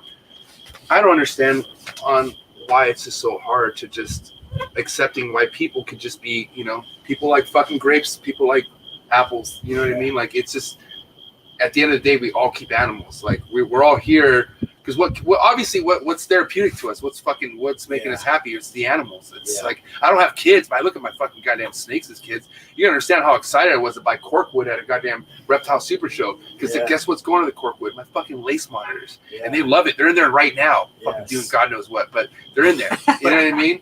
But you don't see a lot of that in person though. Like right at these expos, right? You don't see where you see it's it. Different. Where it's you like, see it, what's up? It's social media, right? When it's so comfortable on the keyboard, you know what I mean? But I just don't understand why it's like, I mean, like that. I much rather people just go to shows, because a lot of times, and I can tell you from experience, there's been times where you don't know about somebody, or you just feel like whatever the case, I don't want to fuck with this person, but then you meet him at a show and it's nothing what you expected. You're like, wow, this fucking person's nothing what he's actually a really nice guy. But what really bugs me is when you do that and then they still go behind and talk shit, which I don't understand. That's another, we can talk about that at some other time. But, I don't know, people are people, human, it's like, what can you do when somebody's a certain way? Ignore it. Exactly. Ignore that shit, man. That's all you can do. Anytime that somebody is having, whether they're in your face in person talking shit or talking shit online, which I respect the in-face a lot more. Trust me. If it's in-face, I mean, at least you're getting it out and expressing. And I guarantee if you express your frustrations in person, I guarantee 9 out of 10 times it's squashed right there. Because I mean, when people get it out and the person hears like, wow, maybe this person is really bothered by this, and the person's listening, you fucking air it out. You know what I mean? What I can't understand is the passive aggressive shit, or the whole like, let me hold it in and let me act like, oh man, I support you, but then go other ways and do other things, which I just feel like that's just demons, or not really demons, but that's immaturity that people need to work out with themselves. That's what that's their deal. Say it's on them. It's on them, right? It's on them. Right. When somebody is coming at you a certain type of way, they are having a problem. I did something really powerful the other day. Amber's getting ready to have her degree. She's going to graduate in November, right? And I get to get a whole bunch of, she's going to be a counselor, marriage and family therapy is what her degree is, but she specializes in trauma therapy. And I get to listen to a whole bunch of stuff, especially. I was going to say, it sounds perfect for treating Patrick. Shit. I definitely have some issues. Guys in a good place. I'm gonna have to treat myself with what I'm learning from her stuff, because it's unethical for her to actually do anything for me. But anyways, and I'm probably too much of. She's a newbie. I'm probably too much of a fucked up case for her. Yeah, she doesn't want to start with you, man. You graduate, skipping levels, build up to that. Build up. You gotta take all the stairs, right? I completely fucking forgot what I was about to say. Oh, so they were talking about people that, specifically in this group, like they're like, pick out the one person in your life that really, really rubs you the wrong way. But this can apply to the person who cuts you off in traffic. God, I need to listen to that one. So true. Every day. California's the worst. I hate the person I become when I get in my fucking car. I'm so laid back and chill, and when I get the second I hit the gas, I'm like, use your fucking blinker, asshole. This makes me feel so much better. Anyways, I don't actually yell it though. I just think it in my head, and I get really shit! I'm actually yelling it. No, this is Texas. Everybody's got a fucking gun. You do not want to road rage in Texas. Motherfuckers will shoot. Or Florida. So Florida, those two places, scary as fuck. Everybody here has a fucking gun. So, but they said this was directed at people that were like spiritual or religious, but you don't have to use the word God in this. Right. In this setting, they said, think of that person and how bad they rubbed you wrong, and then tell yourself, what if God came down and told you they're doing the best they can? And people in the room started crying on the fucking spot, right? It's pretty powerful. It is. And if you will just, even if they're so fucked up that it doesn't go anywhere, if you can just stop and think for a second, no matter how bad somebody pisses you off, that maybe that day they're just doing the fucking best they can, it may at least change your perception and reaction. Ultimately, changing your reaction is the biggest thing, right? So, point being, fuck what all those people are saying about you on the internet and behind your back, and this applies to everybody. I'm not just talking to any one person. And sounds like you're talking to MJ. Yeah, well, he was the one that brought the subject up. But one thing though, Patrick. No, go ahead. Fuck what they're saying, not fuck that person. Fuck what they're saying, and they're having a bad day and maybe they're just doing their best. I mean, at the end of the day, you just don't know what everyone's going through, man. Exactly. And man, I can tell you right now, if anyone knew, like I'm who I am, right? MJ, you either love me or you hate me, right? But if you really would have knew me prior to keeping reptiles, DJ and Mikey J, you would have hated me. Like I was the worst fucking person on earth. It was all about me. I didn't give a fuck. The thing was, I had what you needed. You know, that's why everyone loved me, because you fucking need me, and no matter what, at the end of the day. But I was the fucking biggest fucking piece of shit. You know what I mean? I fucking took advantage of the people who took care of me the most. Just did things why I didn't understand why I did it. I just knew because I was selfish, right? Mm-hmm. And to me, like, I mean, I knew that, oh, I want to go somewhere in life, but then, like, while I'm fucking up all these relationships and doing all this, I really didn't understand really what I was doing until I was in a position where I kind of wanted to finally give back. Like, and what I mean by that, I felt like after going what I've been going through, being the asshole I was, and finally keeping reptiles, which was something that got me out of the fucking goddamn pit while I was in, you know, selling drugs and DJing really was not, you know, I thought it was a lifestyle, but it was fucking really making me, you know, I was going to jail. It was really bad, you know, but it really made me think I wanted to be somebody that was just not like who I wanted to be. But if you were talking to me 10 years ago, yeah, I was fucking sold. Like, I'm going to be Tiesto, flying airplanes, fucking going everywhere to go DJ, right? The DJ, but yet sell drugs. Weird fucking dream I had. I didn't understand what it was. No, But I anyway, was in that rave scene back then. I've seen Tiesto live. Like, you get it. I was there. I was doing the whole DJ thing. Like, I never paid for anything. Like, I was just fucking I was like catered to everything. Like, never waited in line for shit. But anyways, getting into the reptiles, I feel like I needed the reptiles so much because how bad I wanted out of that lifestyle. And I feel like that was my fucking gateway. Because, you know, Barcheck, right? Shout out to Brian Barcheck. But I remember the first big show I canceled. I was supposed to fly down to Mexico City with all my friends. It was one of my best friend's birthday. Literally the night before I flew out, I canceled. I said, I don't want to go. Like, I was still coming down from the drugs from the weekend before. Mm-hmm. And I was like, I am fucking over this shit. Yeah. And I remember I came across Barcheck's YouTube channel. And I remember, like, I saw all the videos he had. Mm-hmm. And I remember I had all this weed. And I'm like, I just bought a ball python. I'm not fucking leaving. Like, and so so ever since then, like, you understand, I started building relationships off YouTube videos because Instagram, you know, like, I started posting my snake, which shout out to Chris Sursery, by the way, Ball Pythons 101. I was posting ball pythons when I had a private account. So nobody was seeing my ball pythons but my DJ friends. So I was getting like 2 likes. Like, nobody gave a fuck about my snakes, right? Yeah. Until I met Chris Sursery, right? And this is good leeway to what I'm talking about. Chris Sursery was the first guy to come to me like, hey man, you should probably unprivate your account. Like, if you really want people to see your snakes, use hashtags. He just started giving me little things, which, like, wow, I wish somebody would have told me this, like, because, like, all I want is information to do good. So all I'm trying to say is the reptile game was the first step into my life where I'm like, this good that's coming in, not that good wasn't coming in the music scene, but like, I'm understanding that the good that's coming, I need to give it right back. Like, it's like a circular thing. And that's all I wanted to do. That's why I did the podcast, which I would have never done the podcast if it wasn't for Forrest. Podcast was an idea, but I was scared shitless. Forrest was the one who said, let's fucking do it. And I'm like, well, he's the one. If he wants to do it, then I'm going to be right there with him because he's the one that wants to do it. You know what I mean? This is for, you know, and Forrest is like, yeah, let's just set it up and I'll be there type of thing.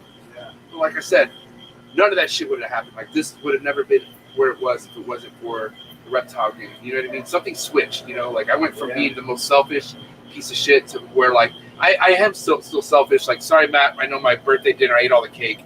No, there was a birthday dinner, and there was a time they brought a tiramisu, right? And it was like, it could have been personal if you're really fat, but I was like, I thought it was mine. It's like, look, the candle, and like, literally, I was taking, I don't know, sorry, Matt, either way, I was a selfish one. It was like a 5-minute, or I look over, oh, that was good, look back, I'm like, it's gone. Yeah, that's what happens if you put a cake in front. Food, I'm real selfish still, just so you know.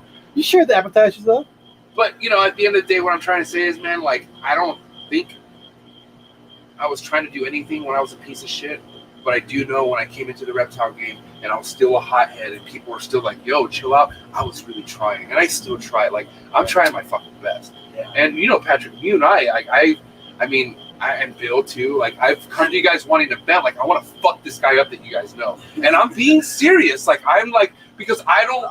Where I come from, guys, like, if you have anything bad to say to somebody and you can't say it to the fucking face, then you're a bitch. Like, that's a problem to me. So either way, like, at the end of the day, I had a true aggression But the way you shut it down, Patrick, and you too, Bill, you guys both shut it down in a way to make me realize, like, yo, like, this is, you're kind of embarrassing yourself right now. Like, you need to fucking, like, does this matter? Yeah. Like, does this really matter? And then, like, pull the curtain down in front of what I was really, like, I was hoping you guys were going to engage in it. Like, I was hoping you guys were like, yeah, you know, tell me more type of thing. Which there are people out there who want to hear, like, they want to hear your negative. Oh, yeah, that's what he said to you? But you two were the fucking first mentors to really shut that shit down. Yeah. And you have one person I know that you're like, get over it. You told me, like, bro, just get the fuck over it. And I tell him all the time to get over it too. Right. And I was like, you know what? That's so true. I mean, and if it's coming from Bill, like, I don't want, like, you know, if it's one thing, I don't want Bill to have anything as petty. I don't want him to have petty on me because I have a little fucking tiff with somebody. Like, get the fuck over it. You know what I mean? Because there's so much other important things out there. Like, and like this, like us hanging out. You know what I mean? And going to a fucking reptile show and whatnot. Man, I wish I had a background story like you two guys. I feel so out of place, man. Well, in principle, I imagine you do, man. But Bill, okay, but hold You on. have to be a Look, drug dealer. But okay, good. I'm glad. Well, hold on. Okay, we're okay, Matt. How fucking beautiful is this place we're at right now? Bill, you were Gorgeous. an anesthesiologist. You were Thank dealing you. drugs. Too. I was dealing You were drugs. making way the But fuck more money than we were. they paid me more money Yeah, to do they it. paid So whoever doesn't know out there, Bill, like, kind of, all right, we've kind of made it clear what the hell we were doing before the reptile game. But like, what was it that really set you up to where you could buy the animals that you were buying and doing the investments you were doing? Yeah, I mean, this is a good story, and it's one that, you know, Chris Eaton was talking about on his podcast a couple of weeks ago. Snakes and the Fat Man. Snakes in the Dude, Fat shout out to Chris Eaton, dude. Mad respect to that guy. It's an OG right there in the game. Just want to say that. Just about like getting into this stuff, and you know, like I said it earlier before, I was never convinced the ball python thing was going to be, you know, as big as it was even a long time ago. Right. So I just did organic growth. You know, I mean, I had the funds to acquire mega expensive animals back in the day, which for me would have been like an ivory, you know, a super yellow belly back in the day when I got in. What were those going for? 40,000. Oh, wow. Was it early 2000s? Will Banks? Yeah, the it was first about time you put the 2004. Black-Eyed Lucy out on the table. No, I didn't. See Yeah, that. I was at the show when Mike Wilbanks put the first Black-Eyed. Well, there were two. One was owned by Bob, and the other one by him. And he put it out on the table at a $200,000 price tag. I mean, it doesn't surprise me. I think it sold for 60 like the following year or something like that. But then a year later, Bob had one on his table for like 10 grand, and somebody else had one for 6 or. I mean, that's the nature of the ball python. But I'm super proud of the people that have taken the big leap, and you know a lot of these people. Yeah. You know, and but they did it, and they were all in. But that just wasn't for me. You know, so Like, I just when you say big leap, you mean talking about the investment side, like you're talking about like doing the like sunset shit and all the like bizarre stuff, right, like, or back in like when I got into it, you know, I got a pastel. Yeah. I didn't get an ivory. You know, I got a $1,200 pastel, and you know, back at that time, you're paying $1,500 for normal females, you know, that were ready to breed. So, yeah, I just got into it slow and just organic growth. I enjoy it as much today as I did 20 years ago. And there's so many different levels of enjoyment when it comes to breeding. Because if you want to talk about like the extremist side, somebody who did invest like heavy as fuck, got treated like shit when it came to like information, because this is like pre-social media days, but like we're talking about like 2010 days, was Billy Mutation Creation. Yeah. And if you look at the stuff he does now, it's like, what the, like, people cannot believe the shit that Billy comes out with. But you can understand this guy was all in early when nobody was like fucking like, you know what I mean? And you can understand, like, he figured out a lot of shit on his own because all this shit was pre-social media, right? Yeah, but like, of course, it was all forum, the days of the forum. the day of the forums. ballpython.net. Yeah, it's so wild. I mean, it's just been a great journey, and I'm happy for the people, you know, that are mega successful doing it, big dollars, and I'm just happy the way that I did it.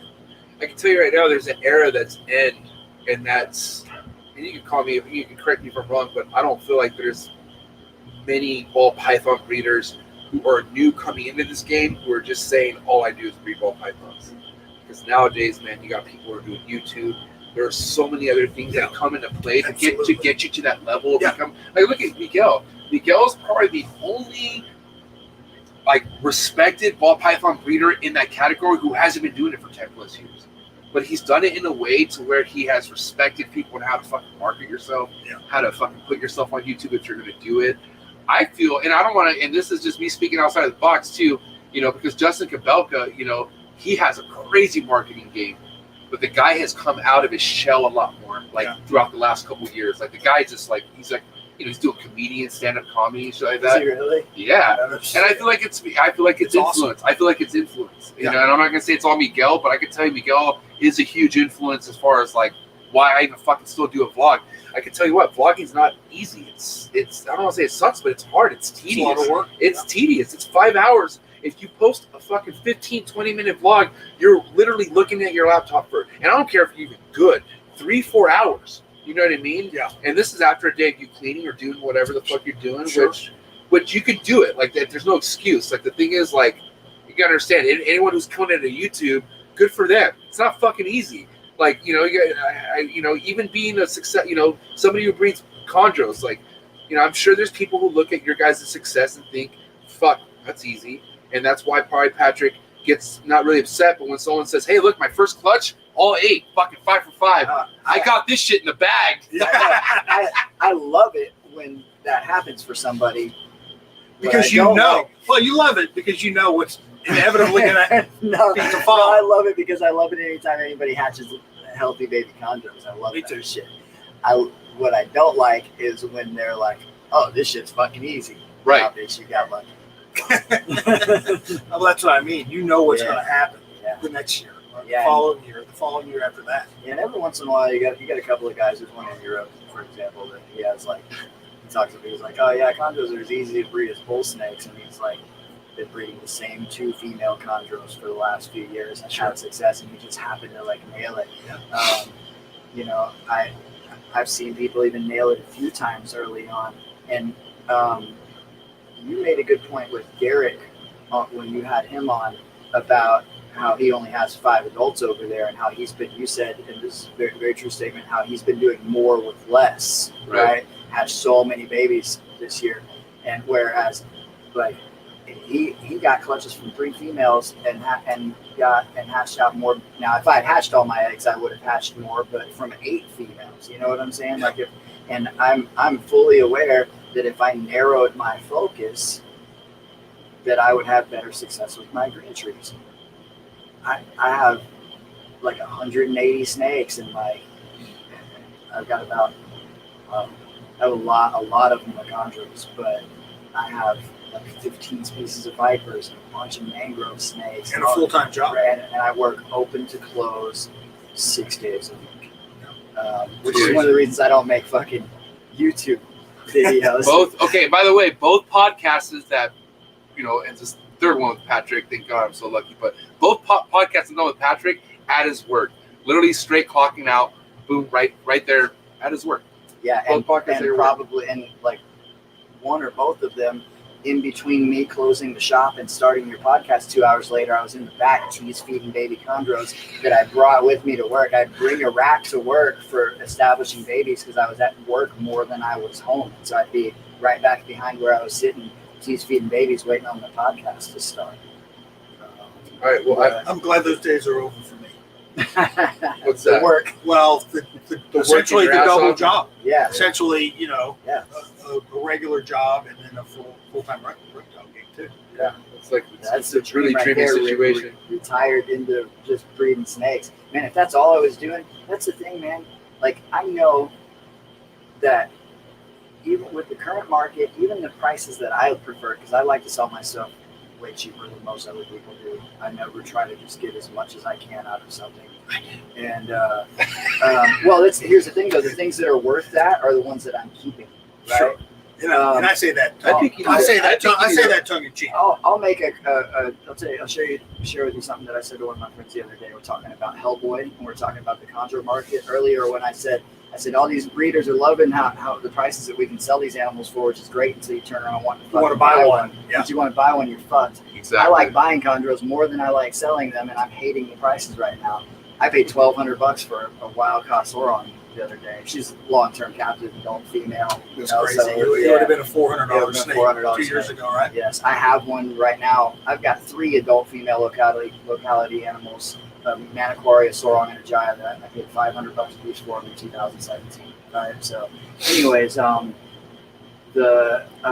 I told him, talking about Hellboy, is you're not the only one here with a famous snake now, right? Cygnus was the OG famous Texas snake. Now I Hellboy, got is your homie James has Hellboy? No, I know. Okay. I have Hellboy, and Hellboy is the one that went viral on my page a while back. Who made Hellboy? I produced Hellboy. Okay. How many did you have? 100,000? It had 40,000 shares. 40,000 shares. 40,000 shares. Is Hellboy on your Instagram? No, I don't. Well, yes, as a baby. So, yeah, you can go to my Instagram and see a picture of He Hellboy. doesn't have Instagram. That's why I have 2 Instagrams. Hellboy, Which one, the DFW or the?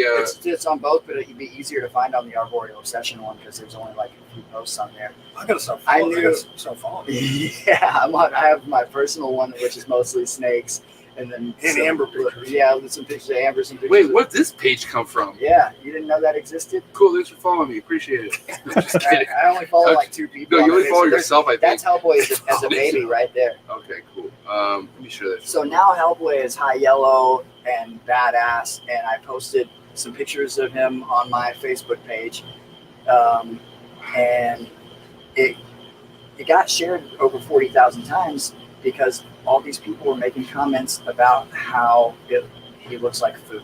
They were calling him funfetti cake or a taco or whatever else. It's all the non-snake. There were literally hundreds of unrelated comments of people saying the exact words, "My fat ass thought this was a taco." No joke. So anyways, I told somebody the other day, and look, the sire of that animal, I paid total with shipping for both parents of that snake $1,000. I paid $350 for Crook, and I paid $650 shipped for the Biak mom. And anyways, I told one of my friends the other day that I would not take $10,000 for that snake. Okay. You could offer me $10,000 for that snake, and I would say no. But if I didn't own that snake and you offered it to me for $2,000, I would also say no. That's how the market is right now. It makes sense. Yeah. It makes sense. So It doesn't make sense, but yeah, I know what you mean. yeah, I want to get back to what we were talking about because it's right. You do hear people coming out the gate talking about their success. Let's talk about the other end of the spectrum. Like people were fucking literally scared shitless after their first clutch experience or after their first fucking. lots of people bail. And a lot of it's because they don't know if this happens a lot to people. Is this common and stuff like that? But let's talk about how many people who just fucking literally just get the shit end of the stick. Yeah. Clutch after clutch after clutch. Yeah. It happens a lot, I think, in people that want to be successful with brain Lots of that. trees. Yeah. But and again, I go back to this over and over and over. But keeping royals for as long as I did, it taught me a lot of lessons Yes. about what success and failure was. Keeping these and breeding these things, Right. because it's never going to be all good and it's never going to be all bad. After your worst day, then things will improve if you stick with it and if you're dedicated and committed. And the opposite, on your best day, be careful. Don't get on your laurels too much because badness is right around the corner. I think, if it's one thing that I'm really, at the time I was like, this is fucked up, but now I appreciate it so much. But Andrew, Acevedo, Forrest, even Steven, but they're the ones that kind of just prepare me for every situation to happen before it happened, whether if it was an import emerald or either a fucking, a snake out of the egg, like a chondro snake out of the egg. But it's just for instance, breeding period isn't for the faint at heart. Because even with ball pythons, you're gonna get a dead baby. It happens. It's just not that common. You're going to get eggs that go bad, and but in your first few, you go, "What did I do wrong? Right. How did I fuck up?" Well, maybe you didn't. And it's crazy, is because it's okay, you're gonna really it because dude, think about somebody who really overthinks why a snake won't eat the first round or two offers on a ball python. It just dwells on that. I mean, it could keep Right? it could keep you up at night. It really can. When me, I've had It doesn't fucking dude. Honestly, a ball python not eating the first couple tries does not mean a fucking thing to me, because the ball python will eat. Like it's gonna fucking eat without you having to. Like I mean, like I said, I haven't produced a million ball pythons. I produced quite a bit, you know, like getting close to like 500 or so, but like maybe that's a lie, like a couple hundred. But like I've not had to like force fed not one fucking ball python, not one. Have you had a force fed a lot of? Oh, yeah. You have ball pythons? Oh yeah. Does it happen every year or? Oh, yeah, every year. But it's a numbers game. It's a it's a 1%. So I just haven't done enough. It's a 1%. Well, it's also 1 out of 100. If you have a good technique for it, like I do this with the green trees, I'm not fucked up about force feeding. I don't tell anybody to do it right off the bat. And you should never substitute force feeding for a legitimate attempt at getting them to eat the other way. Like just going straight to force feeding? Yes, some people just do that, and because it's highly stressful. If you're look, I'm not tooting my own horn here, but I have a ridiculous amount of experience with a ridiculous number of species. I have interacted with just tens and tens of thousands of snakes over the years, hundreds of green tree pythons. I've been doing this since I was born. Like I was born into this shit. I grew up working in the pet industry. I worked at pet stores for importers, breeders, wholesalers. I worked at a business where we had 5,000 animals in stock at any given point in time. I ran a reptile room that had fluctuating between 1 and 2. We ordered ball pythons 1,000 at a time from Africa. You know, like I literally have a sample size of ridiculous amounts of experience, and I still fuck shit up on a regular basis. But, Hella. That's the moral of that story right there. So, but with force feeding specifically, I do it early. And if you have a good do it technique, early. so when you have a whole bunch of snakes, for you, at least for me, and I'm assuming for you, instead of continually fucking with that snake, you're like, let's just go ahead and get something in it, right? And then because you want that to happen.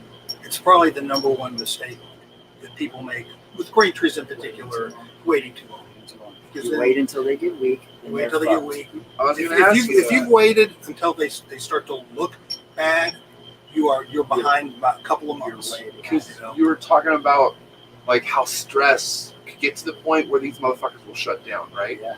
So at what point do you resort to like, okay, I need to fucking seriously grab this motherfucker and put something It's down got his throat? something in it before it's 4 weeks old. The 4 week mark. I think 4 weeks ago, Yeah, right? Yeah, between 3 and 4 Before weeks. 4 week or at the 4 week? No, before 4 weeks. So like 3 That weeks. snake, yeah, before it's 4 weeks old, it's got something. Unless I've let some go just a little bit longer than that, if I knew they were going to take. Sometimes exactly. Like if they're striking and wrapping and dropping, you Yes. maybe give them another couple you'll weeks. watch these progressions and you'll know when they're starting to turn.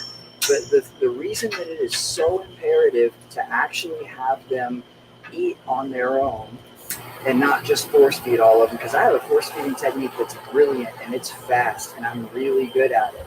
But it's not ideal because you're not getting a whole animal into them. I use legs, and there's something to be said for promoting gut health with getting the guts of a whole animal into them. But feeding pinkies is a pain in the ass. But it's not just that. Even if you're force feeding the pinkies, beyond being really stressful, force feeding whole pinky, my technique takes me 30 seconds. And it's less stress than an actual feeding. But I know you've seen this happen. There is a neurological change that occurs when those snakes start eating on their own. You know, before that, they move weird. They do the like weird upside down thing, or like they hang off the perch weird. Once they start striking and wrapping, they start acting like a regular snake. It's almost, even the ones that strike and wrap and drop, it's almost like they don't know how to swallow. Yeah, That's why get something in its mouth, the back of its throat, teach it how to swallow, yeah. and then before you know it, they're swallowing. And that's just a general progression with any animal, like any vertebrate maturing into what it is. You have instinct that's already there, but then your nervous system has to be tied into certain things. It's the same thing with training for your sport or whatever it is. You tie your nervous system. That's what strength is. Strength is not about having big muscles. It's about how your nervous system uses the body that you already have, right? That's why you can do more reps of something after 2 weeks of practicing it. Your muscles didn't get bigger in fucking 2 weeks. Your nervous system just learned how to more efficiently do what you do. So with a snake, that first time that they feed on their own, there's a switch. Yeah. And they just start becoming a more normal animal. And it does not occur with animals that are force fed. It just doesn't. There's nothing more stressful than and because this happens more in green trees than ball pythons, there's nothing more stressful as a new keeper trying to get an animal to eat. Yes. And there's nothing more satisfying as an experienced keeper to finally get that animal to eat, because you know it's nothing that you're doing wrong. As a new keeper, you're thinking, what am I doing wrong? I'm not sent to get enough. It's too big. It's too small. My technique's not right. But after you get a certain amount of experience, then it's super satisfying to know that it's on the animal right at that point. Yeah. And it's just, it used to stress me out so bad when I couldn't get these babies to eat. But now it's almost like I welcome the challenge. Well, I think what stresses you out even more is when you fucking, like, whatever you're trying isn't working, and there's a list of other fucking million other ways that people are doing that may work for them. Yeah. You know what I mean? And I feel like that's the rabbit hole you can go down, because you're like, big time. well, let me go down this route. Let me get hand sanitizer and fucking wipe down the fucking, like, there's so many million things. You can't say it, couldn't have said it better. Like, and you start going down other people's rabbit holes. You start fucking pulling your hair out. Yeah, it can be so. I tried so a technique a couple nights ago that was a play on something that I had done before. That Christopher Rice, he posted some pictures where he's holding them in their hand. I've done that with Boiga and all kinds of stuff. I saw that post. I tried it a couple nights ago, and I would never try that. No, I had a good idea about how it might work with a particular animal that's been giving me some issues, and I got the strikes, but it just would not hold on to it. It did work better. I was able to get better strikes out of that animal holding it in my hand. Holding it? I've done that before, and I've done it successfully before, just not in the same manner that he was doing it. And it works great for certain colubrids, but I have a huge toolbox, and I still struggle with certain animals, and I'm not messed up about force feeding them because I can do it really with minimal stress. But I think that's the thing, as you get just a little bit more experience, you don't worry, because you can just grab it and stick it.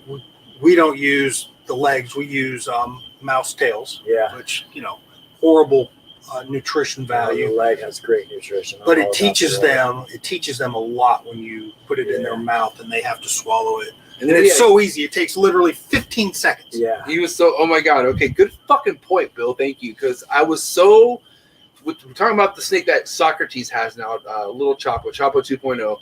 I was so happy that I finally got the rhythm of fucking, of cis feeding it, even a pinky head. You're feeding a pinky head? I was doing tails. I was doing tails, and I was doing pinky heads. Kind of broken. I like the tail a lot easier, right? So much easier. The head is mushy, right? Yeah, and it just blobs up. But I get both down, right? I get both down, and who do I go to? I go to Patrick, ready to fucking, share my excitement. And he goes, "Nah, man, you gotta fucking give him a little leg. You gotta chop this up." I'm like, "What? No, man, I'm telling you, you gotta fucking." I'm like, "God fucking damn it!" So now I'm thinking a whole nother method. I gotta go dissect the fucking, I was so pissed. Put your surgeon loops on and dissect a little thigh bone out. All I wanted for Patrick was like, "All right, man, all right, good job. Like, let's see what happens." But he was like, "Nah, man, you need to give it a fucking leg, like or a thigh leg." And this is what I've been doing. And I'm just like, you should see me in there at night when I'm in. It's not just chondros for me, dude. I have baby. You think chondros are hard? I got fucking baby beautiful vipers right now. Trimeresurus venustus. They're little purple and green banded vipers. These motherfuckers weigh like 3 grams. I'm feeding them hopper legs. All right, so let's talk about venomous real quick, because I know somebody who used to keep a venomous, and I'm not talking about a mangrove. I'm talking about a real hot, right? Yeah. It was enough to scare the shit out of me because without my rattler, right? It was a speckled rattlesnake, real beautiful snake. Yeah, they're beautiful. Saved this thing out of a Coca-Cola bottle. Fucking got it eating. I could handle it, but that was the problem. I could handle it. Could handle it way too easy. Like, and my wife caught me way too many times, right? Way too many times. So at the end of the day, I'm like, why do I have this? Obviously, I can't keep my hands off of it, right? Mm-hmm. So it's like going to a strip club. If you can't keep your hands off, just fucking don't go. That's why I'm going to strip clubs. Yeah. So I fucking literally don't have any hots, because of the temptations, right? So.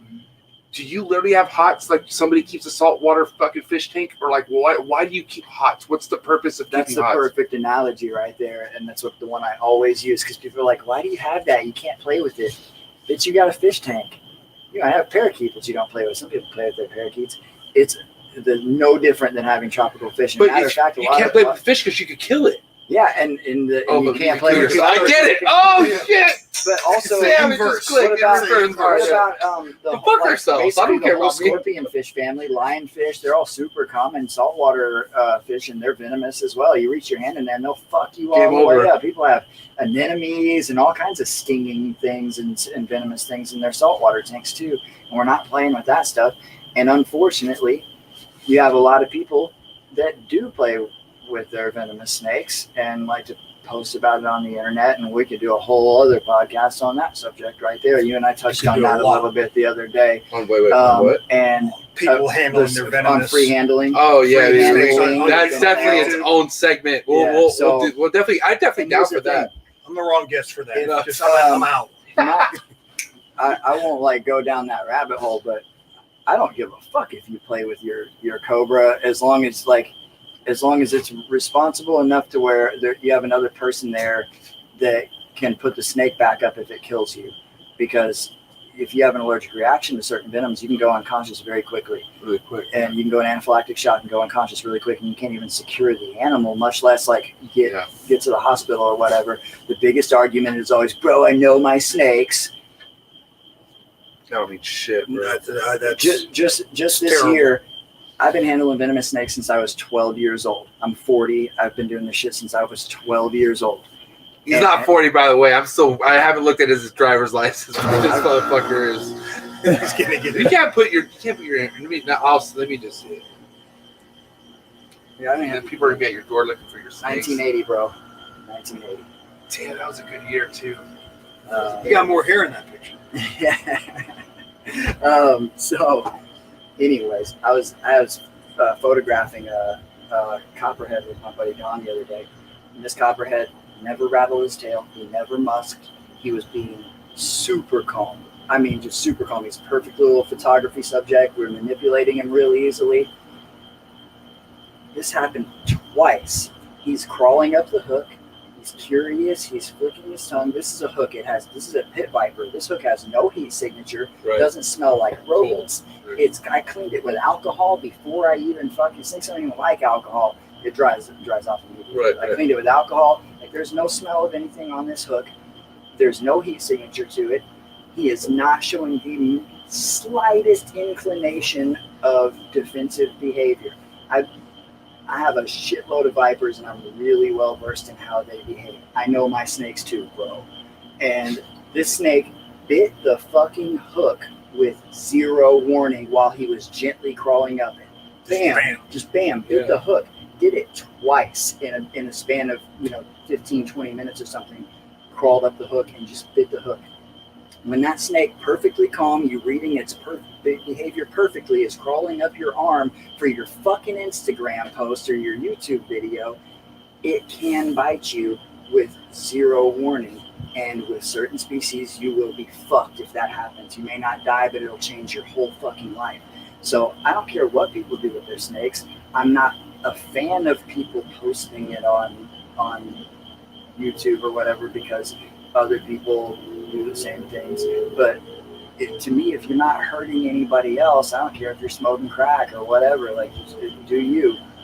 But there are a lot of situations where you're putting that animal at risk. You're potentially putting other people at risk if you're doing it like at home by yourself. For sure, right? I feel like that kind of content attracts the wrong kind of people too. Like good and bad, right? Like, what I mean by that is like, yeah, people are curious and like, whoa, like either I'm never gonna fucking do that. Mm-hmm. That's just like, look at this guy. I'm not gonna put names out there. I'm just saying, like, look at this guy handle how he handles, right? Yes. But then you have the other end of the spectrum, people fucking, report that shit. Yes. You know what I mean? Yep. And take it to a whole other level. Yes.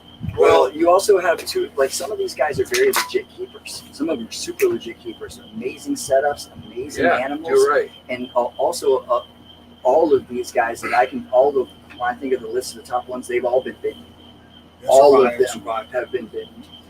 And again, I don't really care too much about it. I can't say you shouldn't free handle your snakes. I choose not to free handle mine because I understand the risks, and I do not want to be bitten by any of my venomous snakes. Other than mangroves, I don't really care about. But I look at the experts, and I know you're an expert with venomous, but people like Cody Bartolini, Yes. who is, absolutely. Shout out who to is Cody. probably the most, maybe one of the top 2 or 3 experienced He's super venomous keepers of the United experienced. States. Absolutely.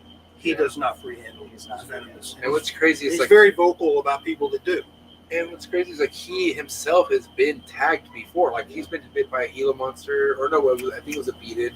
But like he has this experience too, where like he could share like on how even the most careful keeper will get bit. Yeah. So why even like even when you're being careful, you can still get bit. Like so like why even want to put that guard down? Like you know what I mean? And yeah, shout out to Cody because Cody and Pia, they both do a lot. You know what I mean? Yeah. And you know, from trying to teach people on how to fucking not pick up a damn venomous snake with your hands to like teaching people about the nido and whatnot, which we haven't gotten into the nido talk yet. Which we'll dip into that real quick a bit.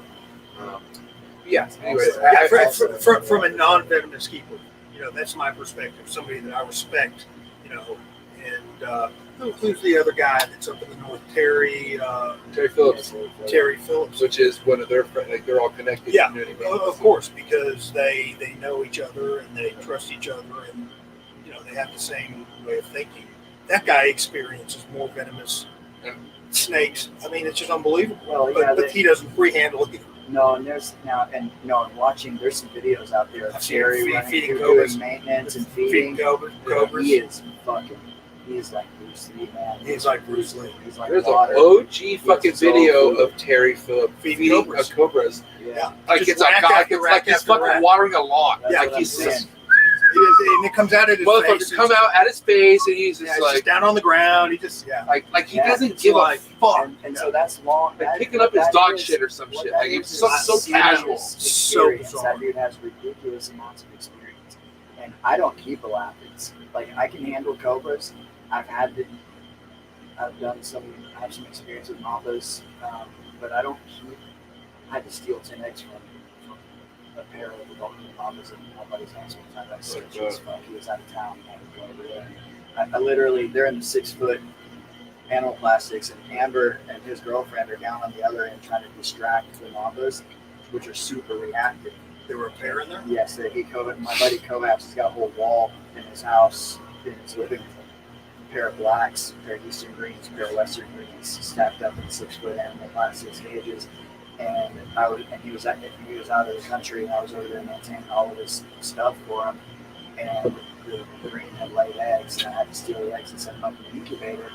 And Amber and his girlfriend were down there distracting them, and they both ran straight to that end. Mambas are fast, they're super perceptive, and ridiculously intelligent. And you see it, but you rarely see dudes free handling mambas. Motherfuckers run their mouth about that shit, but at least most of them are smart enough to know that those things, and when they bite, it's so subtle. They just the things are really forward oriented and they're very small, and they just tap like that. And that's fucking death, bro. Yeah.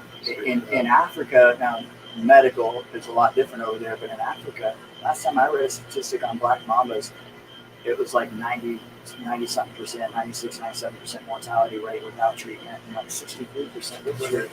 So, but yeah, Right, they're smart. I'm inside of that cage with a plexiglass shield so that I can see where the snakes are at and try to keep mom away. And they both ran down there to the girls, but then mom saw me get in and she got real curious and came back over, and so I was in there like stealing this egg box with the shield in the fucking cage. It was sketchy as fuck, but that's why I don't even keep those things, because they're just they take me out of my comfort zone, and I like to be in my comfort zone when I'm dealing with deadly snakes. And I still have some stuff that I won't open the enclosure or do maintenance without somebody standing right there with me. When I get out, Uji, she's a fucking massive gaboon viper.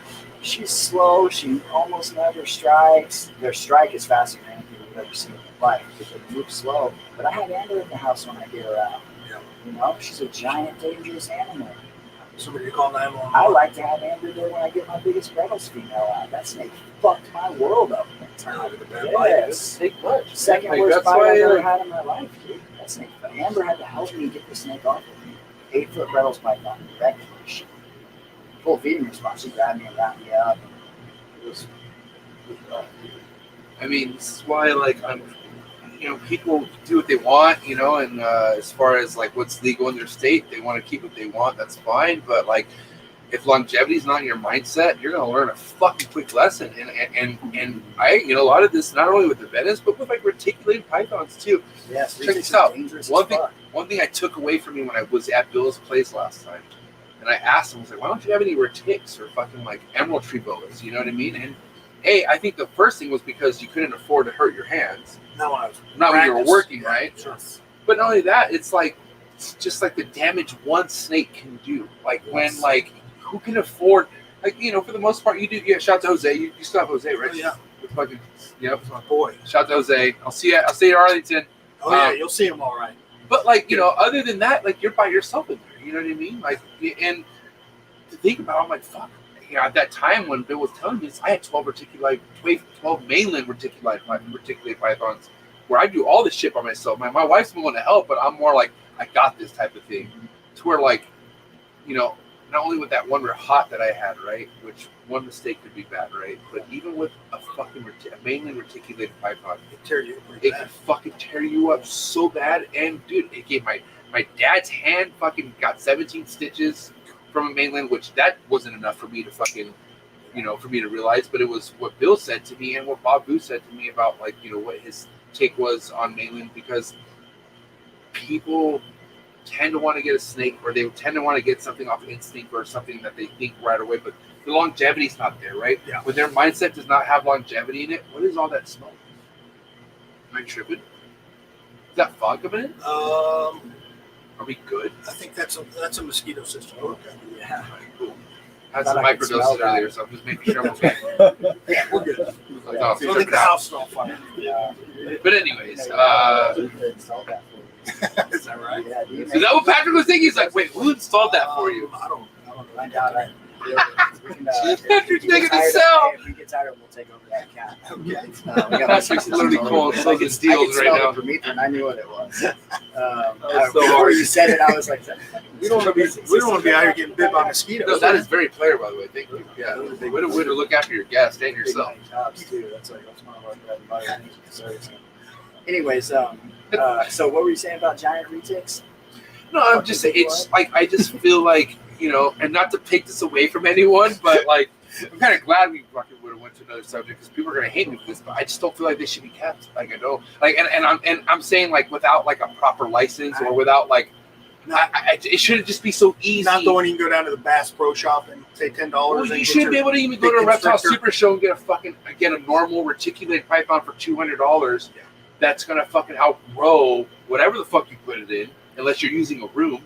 Yeah. You know what I mean? I've kept big retics before. Everyone's kept big retics, but they shouldn't be kept in a fucking 4x2 or, you know what I mean? Is what I'm trying to say. Here's my take on that. First of all, I don't like using the word should. Should is a fucking ridiculous word. But I try to keep it out of my vocabulary as much as possible. So I disagree with full-size retics being mass-produced for a country. I wonder what happens to all of them, because so many of them are produced every year. They're so Massive clutches. Massive clutches. And they're great snakes. I love I fucking love them. They're amazing. If I ever keep them again, if I ever kept full-size retics, it'd be because I had crush field setup going on and could keep them outdoors. Or Right. so Same reason why I would when keep my all mine. scrubs are big, I want to eventually. Here, I can't do full year-round outdoor, but I want to Be have close. I want to have indoor-outdoor like they do at zoos, right? Where they have an option to move in, and I can lock them in if the weather gets real extreme. But and my scrubs are not going to get as big as mainland retics. But I think that it would be favorable for the snakes and for most keepers and for the market if they were not produced in such great numbers. But I think it would be favorable if they were kept in much larger. We're speaking of a time right now. Like, what's like the gun we're under now with US Arc and shit. Like shit that's happening now, and it's still so easy just to go fucking swoop over tick. Like, and like things are gonna get a lot worse, right? And like I said, it's sad. Like you don't know how heartbreaking it was for me to get rid of all my favorite ticks, because I raised those fuckers from a small little baby to when they were 10+ feet. But at the end of the day, when OJ was my nicest snake, and for some reason he smelled food on me and he snapped. He was trying to bite whatever he was smelling, but he bit himself, put like lacerations, like huge holes on the side of him, which easily could have been my hand, right? Yes. And I'm like, bro, this is, and everybody who I was talking to was like, this is just for ticks. Yeah, that's what they Just do. for ticks. Just what they for a do. tick. And I'm like, They do what they do. yeah, I'm fucking You good, saw dude. that woman. The one who got bit. The chick that died. Oh, yes. And It's guess like what? 9 foot animal. 9 foot. 9 foot animal. Yep, When a they said that dwarf. happened, A strangled. dwarf for tick, bro. When they said that happened, immediately when they said the animal was that small, I said the animal was really that small. This woman threw it over her shoulders, and she was by herself, and it wrapped her around her neck and strangled her. I'm instantly what happened. So I go to her Facebook page, She's got and her pictures. whole feed is her with retics wrapped around her neck. Of course. She was maintaining somebody else's collection by herself, Yeah. a guy that was a cop. Yep. And she was at his house maintaining his collection by herself, and she pulled out her One her snake that he favorite wasn't animal. supposed She to. wanted to walk around, and she threw it around her neck, and it strangled her to death. Yep. The thing is that you know this from jiu-jitsu. Once you got a choke locked in, and your carotid arteries are shut off, you got what, 3 seconds before you're asleep? You're the baddest motherfucker on earth. You're going to sleep when your carotid arteries are shut off, dude. And the biggest, strongest dude on earth, his neck is not strong enough for even 12-foot retic, much less a 16 or 18-foot retic. People just don't imagine how powerful those animals are, and we get away with a lot. It surprises me there's not more injury. I know the person who produced that snake that killed that young lady, and he told me that was not a fucking snake. I mean, 9 feet 4 was probably the number, but like as far as like the girth, like it wasn't a girthy fucking The way big I snake. kept retics It was at not 9 that foot, big it at was all. only this big around. Yes. You know, so it just shows you it doesn't take much. You know what I mean? And that's why it's like dude, like obviously I could not keep my hands off my rattlesnake, right? Yeah. And that's why I was like, okay, like I just look at science, like okay, like do I really have this in my life to fucking afford a trip to the fucking ER where I have to get I don't know how many anti venom, which I've heard stories how much those fucking valves I cost. saw one that was How some 800,000 insurance don't even recently. cover it and shit like that. You know what I mean? To where a fucking tick bite, which God bless my dad. Shout out to my pops. My dad, which he didn't listen, that's his fault, but still, like fucking a food bite, which he pulled away from, just literally shredded his whole fucking hand. Yeah. And this is like a few years ago, but still, like, bro, like, oh yeah, like I'll never forget that. You know what I mean? Like, to where like my little precious ball python, even if it's upset, having a bad day, Yeah. it's not gonna do that. Chondro, I mean, Chondro's bites will hurt. You're gonna be okay. You're gonna walk away from it.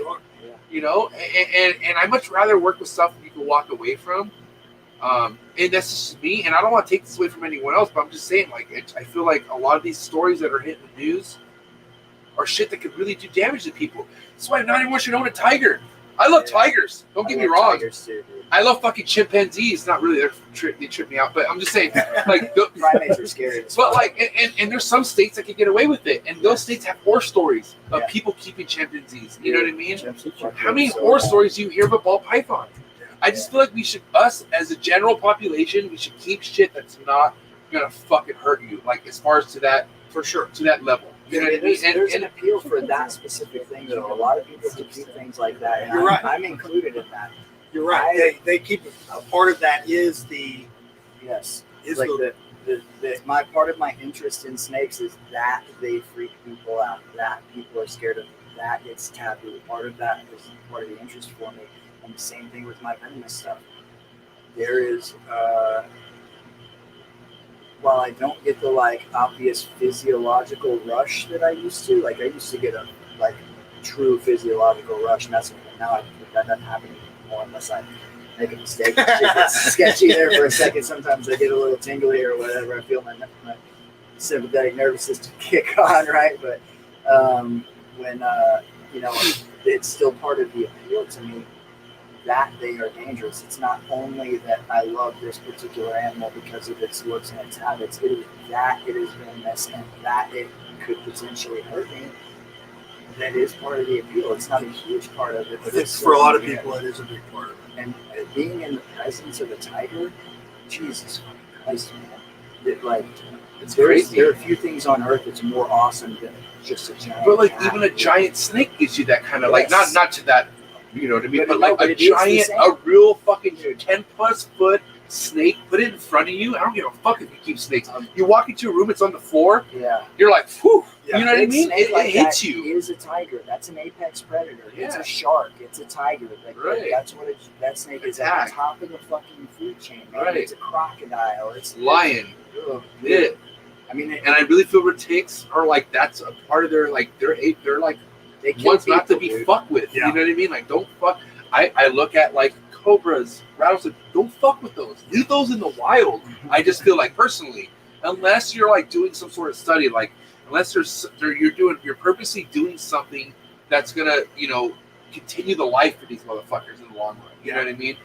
And you know, I don't know. It sucks because like you have people like Patrick and other venomous keepers who passionately keep these things in the right level. But you gotta understand, man. Fuck you guys, man. There's a new wave.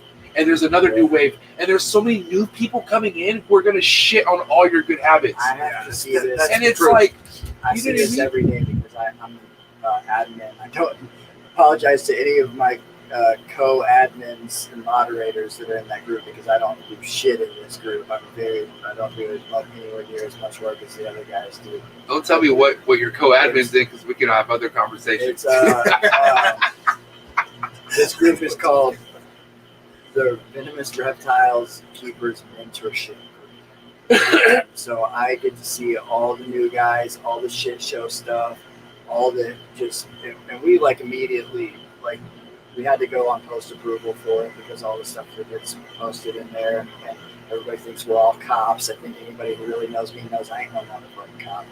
And you know, if you guys can't imagine the shit that we have to deal with in that fucking group, the way that people talk to each other, and this group exists solely to try to help people safely get into keeping venomous reptiles and to make good choices and to find mentorship, because mentorship is the safest and best way to do it.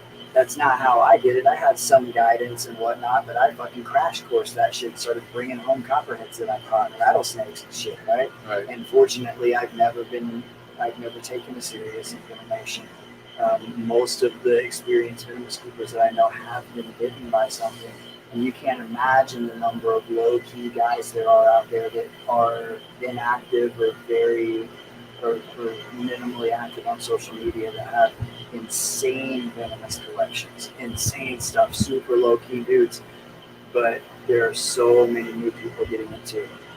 The fucking pandemic happened, everybody got a fucking hobby, and reptile keeping has ramped up, and with it when you have people that are free handlers that have, you know, 1 million YouTube subscribers or whatever, it invites in a lot of that stuff, and we have to look at it every single day with that group. We've got, I can't remember what, we've got thousands of members in that group, and it was a good friend of mine, a local guy, made that group with great intentions. But man, it is a shit show sometimes. And Let me ask you this, Patrick. Let me ask you this. How many people in this group? I think it's like 7,500 people or something. That's a lot of fucking people. That means that's a lot of personalities. That means there's a lot of issues. Yeah. Like a lot of. That's any group. And that's any group, because you gotta understand. I'm pretty fucking That's a lot of people keeping venomous fucking snakes. right. Yeah. But you gotta understand what's fucking this whole thing up. It's people. Oh, always. You know what I mean? Because if you think about it, any group, and you gotta understand, there's no groups on Instagram. There's DMs that you create like personally off friends. But like, and this is no disrespect to anyone who's an admin, but these fucking groups in Facebook, bro, the shit that, and this is any group. I would tell you, there's, you know, obviously some better than others, but like, let's just say the venomous group that you're talking, or the fucking ball python. Like, you're talking about people who get shitted on. I can understand why they get so hyped up over venomous, right? But you get people getting the exact same energy hyped up over somebody with not the proper care of a ball python, or what are you feeding a ball python this for? Like, and I've seen this shit with my eyes, just getting tormented and shitted on. Can you imagine with the venomous though? How it just has Oh to my be god, I so, can only imagine. like, but what I'm saying, like, regardless what the group is, it's the fucking people. Like, you give so many people a reason to speak, and you'll have so much positivity going on for so long.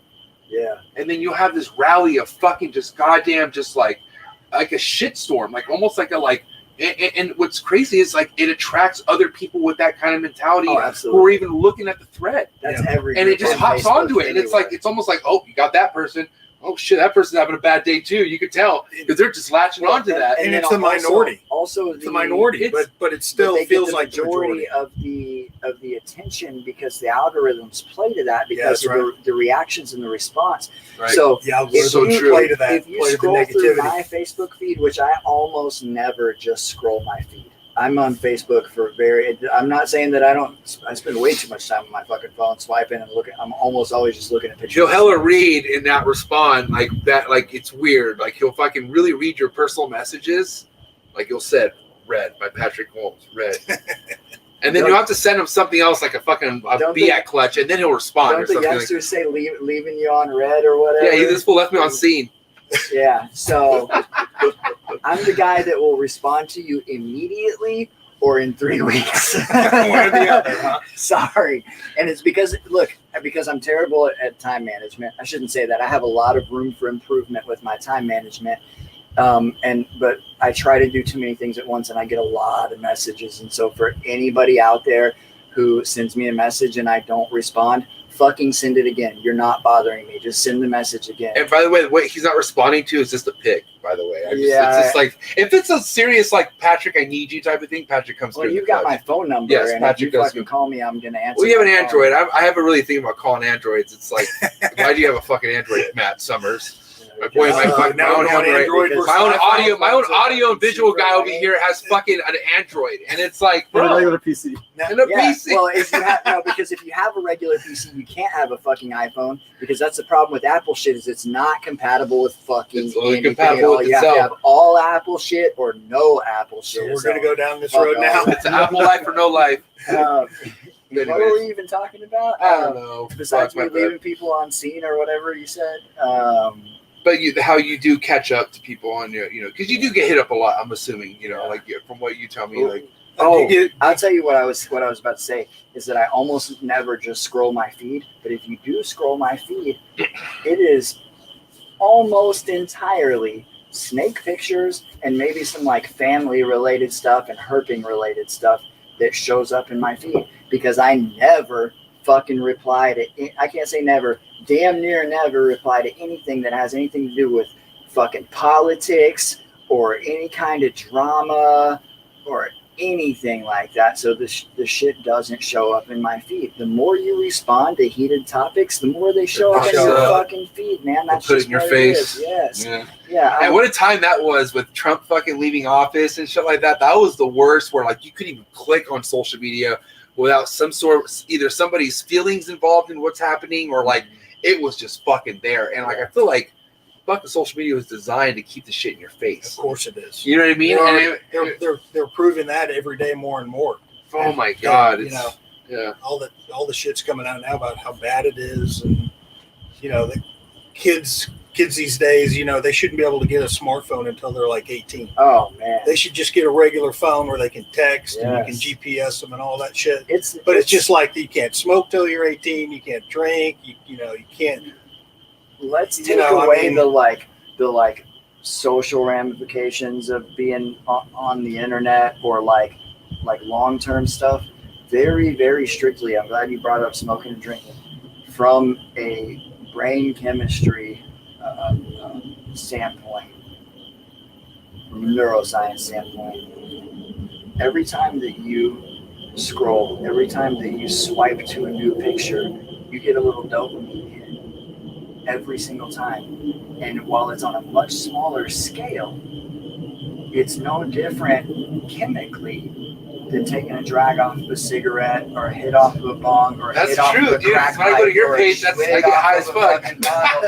That's you too, dude. I swear to God. No, Matt. Okay, when you go on people's pages with fucking shit that you just left, don't you get that heart race? Like, don't you get like that? I gotta show so-and-so like you're almost on some shit. Like you almost like took a bump or something. Or like you're just like, whoa. Like what?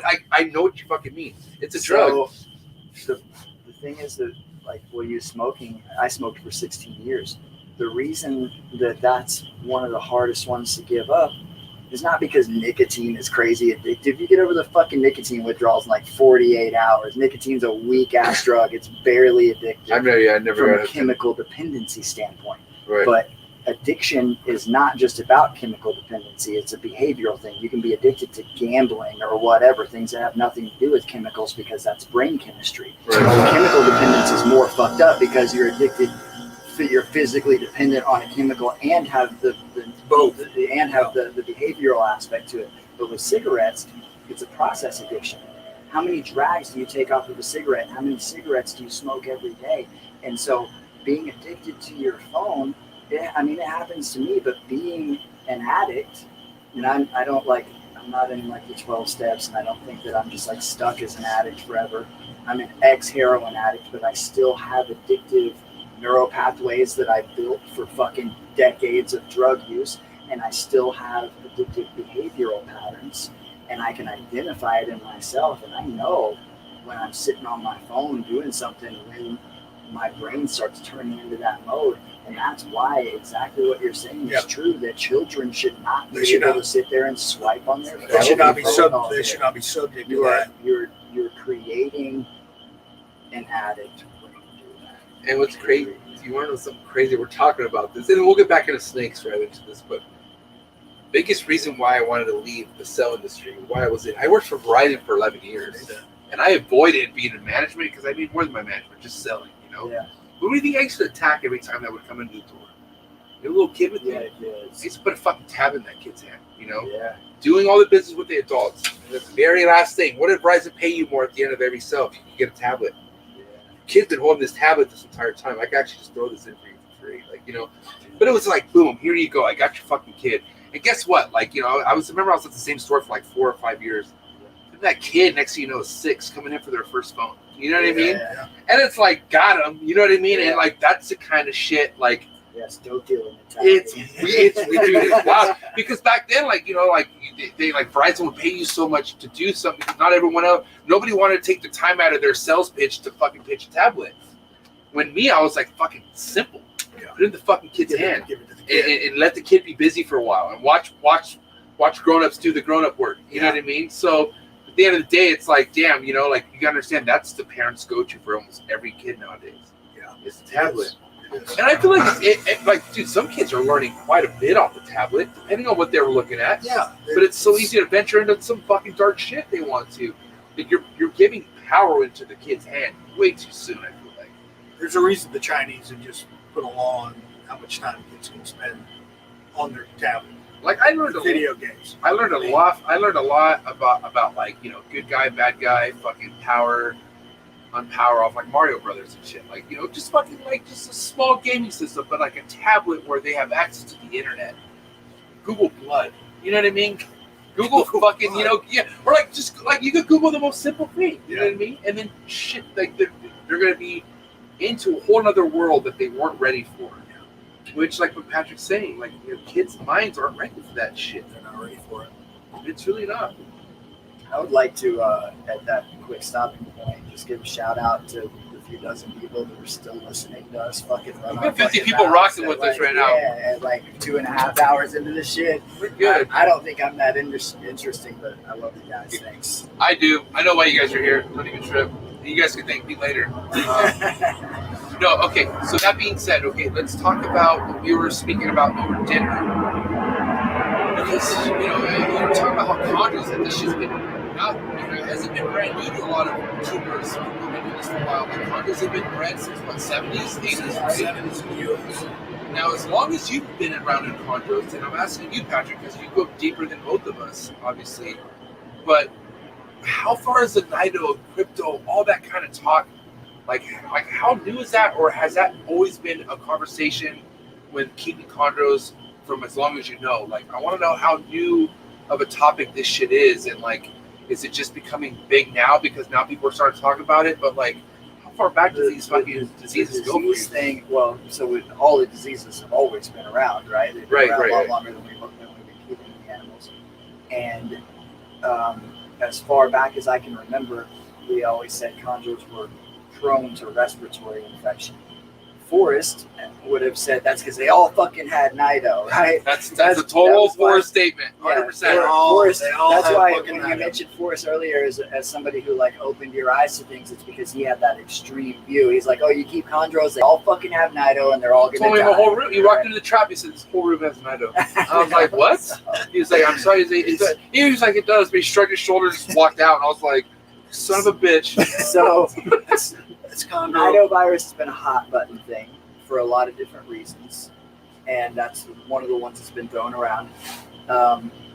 I can assure you, Nido virus is not the only thing that kills chondros. It also does not always kill chondros. There are perfectly healthy Nido positive animals. Well, I say perfectly healthy animals that have Nido virus and are asymptomatic and are living just fine. And lots of chondros that don't have Nido that are living shitty, fucked up lives and dying from all kinds of shit. I've lost plenty of animals that did not have Nido virus. Some of them to respiratory things. Nido isn't the only respiratory thing that kills chondros. And I disagree with what Forrest said. Forrest literally on the phone told me one time, he's like, every chondro that ever died from anything had Nido. He literally said those words. He believed it. It helped you sleep at night. It did. And he like went down the list of all these big breeders and said all this shit. And while he is to a degree right, all those guys that he listed had animals that died from Nido. Every single one of them. Some people have had their entire collections wiped out by it. I tend to think that was a testament to how those people were keeping their animals or what the, anyways, I can go on about that for a long time because we see parallels with coronavirus now, like obesity being one of the number one comorbidities that applies to humans with coronavirus and to green tree pythons with nidovirus. If your husbandry is a coronavirus. Yeah, if your husbandry isn't up to par. Yeah, and or if it's what you think is up to par in a manner that probably isn't. Like I see this a lot more in Europe, but these guys are massively obese animals. It's funny, they call it the breeding disease in Germany. A lot of German collections have been wiped all the way out, but a lot of German guys keep them in very elaborate enclosures and keep them very fat. And elaborate enclosures are difficult to keep cleaned. And when you have an immunocompromised animal, obviously in an enclosure that is harder to keep clean, they're going to be more susceptible to picking up the bacteria, and they're going to have a worse reaction to it because they have nidovirus. And then the stresses of reproduction, and then the animal's morbidly fucking obese because you've been dumping rats to it its whole life. That's why it's a fat ass tail hanger, and even without Nido, it's probably going to roll on you pretty early on because of the way you feed it. But anyways, all these diseases have been around for a long time. We've just been able to put a tag on nidovirus. Nidovirus is by no means the scariest of the shit that your snakes can get, by no means. But I don't talk about it publicly a lot. Because I fear that people will misinterpret my superficially laid back attitude about it. It scares the shit out of me. I fucking hate the idea that it's so prevalent. I have positive animals in a separate group. You guys know how I keep my stuff. Right. And and so far, I have yet, knock on wood, to have all the animals that tested negative that I've retested have remained negative. The juveniles that I produce have remained negative. I think I do a good job of maintaining my separate positive group. The good thing about nidovirus, Patrick, is it's really a weak virus. It is. It's an RNA virus. It's weak. When it gets out on a countertop or a sink, it lives a matter of hours probably and not weeks. Yeah. Like some bacteria or some DNA viruses can live on a countertop for a week. Yeah, so if you're like just simple clean husbandry protocol, I mean, I go through a fucking shitload of gloves and 99.9% rubbing alcohol and all kinds of other stuff at my house, but it seems to do the trick. And again, the reason I don't talk about it a lot publicly is, first of all, because it's a hot button. Like I said a minute ago, I'm not into getting into all the drama, but also because I don't want anybody to misinterpret my apparently like laid back attitude about it and say, oh, well, he doesn't think it's that big of a deal. So, I test all of my shit. I use RAL. There's two popular labs. one of them is not better than the other one. I know people who have consistently tested their animals simultaneously at both labs and gotten identical results every single time. I know because I've swabbed some of those animals myself. I've been to the lab. I've been to the REL lab. Yes. It's 10 minutes from where I work. I'm friends with the guys, and it's way cheaper for me. First of all, the testing is cheaper, but I don't have to ship my samples. I can literally bring those guys a sample that's literally still wet from being inside that snake's mouth and drop it straight off at the lab and get same day results. That's why I use that lab. It's not because I won't get into the shit about who's better than the other one. And they test my stuff. I test for all kinds of stuff. I test for all kinds of bacteria and all kinds of other things. It doesn't mean I'm going to toss an animal in the freezer necessarily. It just means that I'm aware of what I have going on over there and the precautions. I'm also well aware that even one positive animal in my house is a risk. Even one is a risk. However, I'm also aware that it is essentially impossible, despite what the claims you'll hear some guys make. I heard a python breeder recently tell me he had 500 snakes and he tested all of them and nothing came back positive for anything. Prove it. That's bullshit. Right. Whoever you are that said that the other day in that video, you're fucking full of shit or your lab is trash. One or the other. You do not have 500 snakes that have nothing. Cap. It's also, and I know we said good things about Cody. I love Cody, but I remember basically one time him saying that we should just test all of our animals for every conceivable thing. That's not practical either. That's not practical. And so I'm just like I am with most issues. I'm not real extreme on either end of it. You have some people that say freeze them all. That's the same thing as saying that we should fucking kill every human with coronavirus. Like that's the exact same thing. It can be manageable. I don't recommend it. I don't recommend taking on animals that are positive. I recommend testing all of your shit. I recommend requesting that breeders test their stuff. Anybody I sell to wants me to test a snake, I'll gladly do it. What's your advice for anyone who's looking to buy a snake from someone who doesn't want to get them tested for you? I don't think that that's necessarily a bad thing. I think that it is that breeder's choice to not. I don't think that breeders should be shamed for not wanting to go through that. But personally, I think that if somebody wants you to test, I would do it. What I understand fully is breeders who request that person pay for the test. I don't feel like who's stupid enough to buy a snake without a test. Well, so that's the thing. There's lots of breeders that are selling stuff, and all over the place, all different species. And the thing is that chondros get a lot of flack about it, and the reason it's so hot in the chondro community is because chondros are particularly susceptible to the adverse effects of it. But nidovirus and all of its forms, there's so many different kinds, is crazy prevalent in all python collections, and we're starting to find out in other types of snakes too. Everybody who has a bunch of balls, retics, blood pythons, carpets, chondros, whatever, they have nido in their collections. It's just what it is. And so to say that every single person who sells any python ever should test their snakes before they sell them, that'll never fucking happen. Just like, Yeah, right. It'll never happen. Doubt it. I'll tell you my 2 cents on it is first of all, I would only buy from a reputable chondro breeder. Yes. Okay, somebody that's been around and somebody that's going to stand by the animal. Something to where if something were to go bad, They're going to take you care of already it. know Yes. it's a non-issue. You know what I Yes. mean? Like, it's going to be discussed and solved. And so what I would do is I would not have them test. I would have them shipped to me. I want to do the test. I want to know. I want to make sure I know that it's been done right first of all. Right. And then I would just tell them I'm gonna get this animal and within the first 3 days I'm gonna nido test it. Yeah. And then as long as it's not negative, we're good to go. If this thing's comes back positive, I'm gonna send it back to you and I'll own my money back. Yeah. That and a reputable breeder would do that. Or the reputable breeder would. It's already had it. Test it multiple times. Yeah. Or the reputable breeder may decide that that's one of the cool things about selling chondros is you can kind of vet your customers a lot, but unfortunately that can be leveraged and people can be taken advantage of that way as well. But Let's speak to the new keeper though. Let's talk about Bill's fucking. Well, he's on his shit, right? We gotta understand. There's so many people that are just getting brought into chondros. Yeah. And they're like, they find out there's a wait list, there's this, and that. Yeah. And then they find out there's a loophole. There's fucking imports, there's Craigslist, there's So other ways. And he really touched on something important though, wanting to test himself. Right.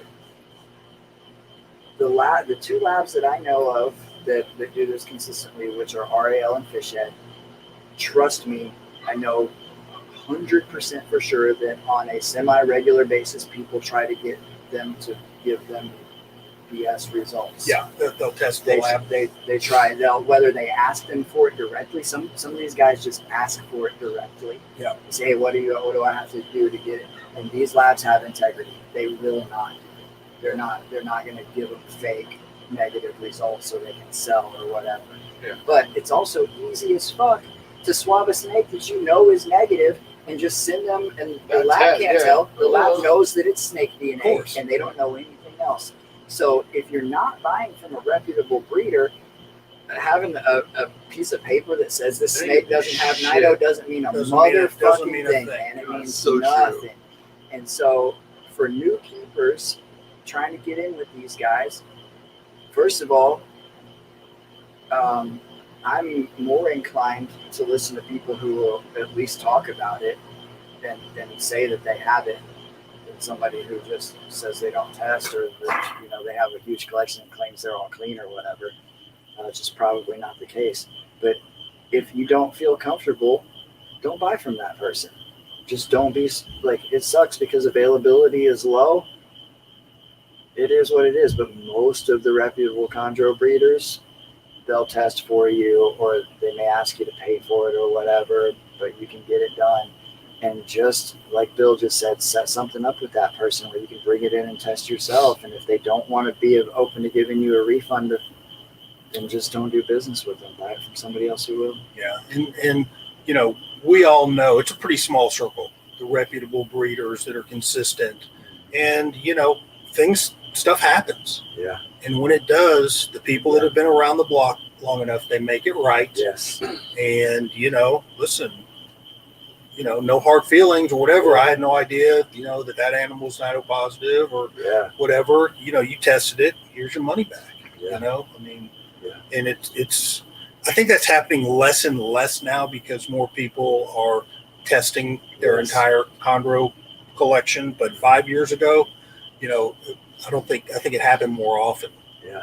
And, we all know that the good news about NIDO is that it does not pass on to the babies. Right. It does not, even though you can test the egg mass and it's positive, by the time 49 days later when those babies hatch, the NIDO's long gone, long dead, and those babies come out and they're NIDO negative, even if the parents are positive. Yeah. So if you have a policy of keeping your babies away from your main collection, that does such a huge, at least for me, it's such a huge comfort to know that those babies they have a very, very small chance of being NIDO positive. One of the things I love about my job is that I have the capacity. I have almost no snakes there right now, but I can raise babies 10 miles from my collection if I want to. Yep. Right. And I have a completely separate room that's a warehouse space that I can quarantine new stuff in. So, because I have levels of quarantine.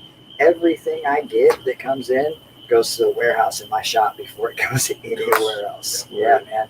And I I have hard strict quarantine, and then it gets a little looser, and I feel more comfortable moving stuff around. And because here's my thing with quarantine. I'm going to cut you off, Patrick. No. It always baffles me because you have something in quarantine for so long, right? Mm-hmm. Like, let's say you have it in for a month. Mm-hmm. It's doing great, right? Yeah. And you get this new animal and you bring it in, right? And the animal's not doing too great. Aren't you literally just fucking up everything that's going great in quarantine? And I don't understand with that. So that's a fantastic point. And if you're to do the strictest form of quarantine, which is again going on about something that Cody said one time about the way that we should do quarantine, but doing it in that strictest form would either suggest you'd have to have a whole bunch of rooms, or you could only get one snake at a time, once or twice a year, or you start all over. Yeah. If you have an animal in quarantine for a month and you bring a new one in, yeah. that's day zero. Here's the thing about nidovirus. You absolutely are not going to fuck. If you have snakes in 2 separate enclosures in a room, this one is not going to give this one nido. You are going to give that other snake nidovirus because you didn't fucking change your gloves between changing water bowls or whatever it was, or you use the same feeding tongs or thank whatever. God it's not airborne. That's your point. It's not an airborne virus. Yeah, and like I told them, or told you guys earlier, I've had snakes that before I was testing that were paired and bred and didn't pass it. One is still negative, and the other one is still with positive. my case with the female that rolled. So remember the one that died on me came back with nido. Yeah. And then Chapo's dad came back, all 3 tests is passed negative. Yeah, it's crazy. And he still lives in the washroom. Yeah, and that's not to say, look, I do not pair animals. I do not. Since I started testing, I am not intentionally pairing positive to negative animals. I do not do that. I pair negative to negative and positive to positive, period. So what would you do in my case then? Would you look at Chapo's dad, the one that was paired to a female who did have it? How many labs have you tested? 3. I mean, 1 lab. Just try if you want to feel safer about it. Maybe test them with a couple labs. Man, if you tested that snake 3 times, you can ask Chad. Like, so go to a different lab. Just if you want to feel better about it or whatever. But I talk to Chad on a regular basis. I go down. I've been to the lab a bunch of times. We do a lot of playing and experimenting with stuff down there. Chad is a good dude. And Chad's with RL, and his equipment. He has new equipment now because they do COVID stuff, and so he got access to some equipment that they were prioritized. There's not a whole lot of it in the country, and nobody that's doing animal stuff has this equipment. They have it because they're doing COVID stuff, and their equipment is super sensitive. You're not going to get a bunch of negatives off of a positive animal. Yeah, if you get 3 negatives over a 6 to 12 month period, that's a negative animal. Yeah. Right. Okay. Now, when it comes to neonates and whatnot, is somebody buying a more of a younger snake, how important are nido tests for the younger snakes? I still think it's important because if you have positive adults and you're doing, like, there are very few people who have individual feeding utensils for every single neonate. And I can tell you that these guys are really discreet with who they're getting results from, but they share results with me just like how the results are showing, right? And there are animals in collections where, say, they've got a rack and they're testing those animals are numbered in the rack and they're testing those animals in order. They'll have like 3 or 4 animals in a row that will test positive. And I promise you it was from water dishes or feeding utensils, right? Because they're feeding those animals. Pinky snake. I sent a guy a video. A guy had just hatched out his first chondro clutch. I do a ton of like behind the scenes helping people with their first clutch. I sent him that Rico feed video that's real popular. And this guy has a few, and Rico's in there dipping in chlorhexidine, which actually doesn't have enough fast enough contact kill to really be using. Rubbing alcohol and hydrogen peroxide are the fastest kill. But he's dipping in chlorhexidine between each baby. And the guy told me, people are a little crazy with the cleanliness. And I'm like, you clearly don't know anything about nidovirus yet, do you? Right. First chondro clutch. So wait, so you're saying that dipping isn't effective? Or? Not in chlorhexidine. Chlorhexidine they have to soak. What about Dawn soap? Nowhere, not even close. Not even close. The fastest kills, bleach kills, but it takes a few minutes. Chlorhexidine, you need a 10-minute soak. Bleach, if it's heavy bleach, it's pretty fast. 10% bleach solution, you need like 10 minutes. 99.9% alcohol kills shit fast. High percentage, which is like, I want to say high percentage is like 6% hydrogen peroxide, kills shit fast. When I was in the lab with Chad one time and we were talking about this and about contact kill time and stuff, he takes a pair of forceps, unscrews of bottles. I keep all my cleaners in spray bottles because it gets a nice even mist. He dips them into 99% alcohol and then lights it with a cigarette lighter. And he said, I assure you nothing is alive on this surface right now, man. Fire and alcohol will always do it. But and none of this is perfect, man. They're like, these things can transfer. But yes, anybody who is buying a baby chondro should or any python should think about nidovirus testing, man. And it's positives are not the end of the world, but anybody should think about it, especially with green trees. And absolutely, baby chondros can get nido early on because the keeper is not staying on top of their stuff, man. If they have positive adults. Okay. I have a little bit different approach or thought than Patrick. I think if you separate your neos immediately when they hatch and you're keeping them in a separate room from the adults, I think the likelihood of, even if the adults are positive, even if you have nido in your main collection, I think the chances of the babies getting nido is very small. I agree completely with that. I agree. If you do the things you're supposed to be Yes. doing, hand sanitizer, cleaning.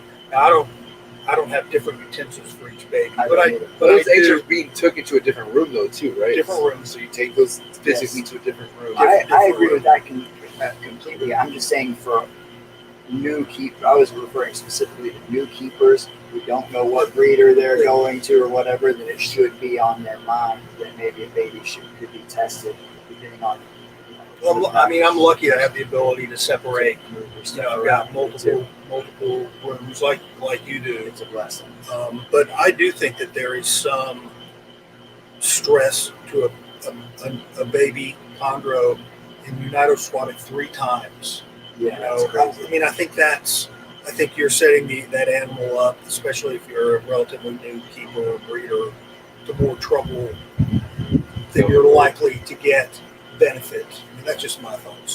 So I do not test my babies that are going out.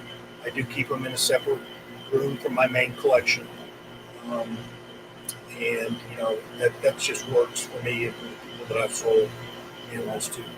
Yeah, I don't automatically like if somebody's getting a whole back from me, it's probably being tested. But if you're talking about a sub-adult or an adult animal, absolutely. with my babies, I just do it on request. If somebody wants me to test an animal, because I literally work, it literally takes me less than 10 minutes to drive to RAL. Somebody asks me to test an animal, I don't even ask them to pay for it.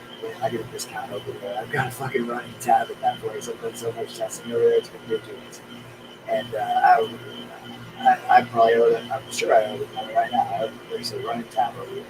So I won't even charge the person for it. It doesn't cost me a lot of money. It's not even an inconvenience. I'm over there all the time anyway. So if somebody asks me to test an animal that I'm selling, I'll gladly do it without question. The one thing that's nice about them, and I know you know this, they have those new micro swabs for babies.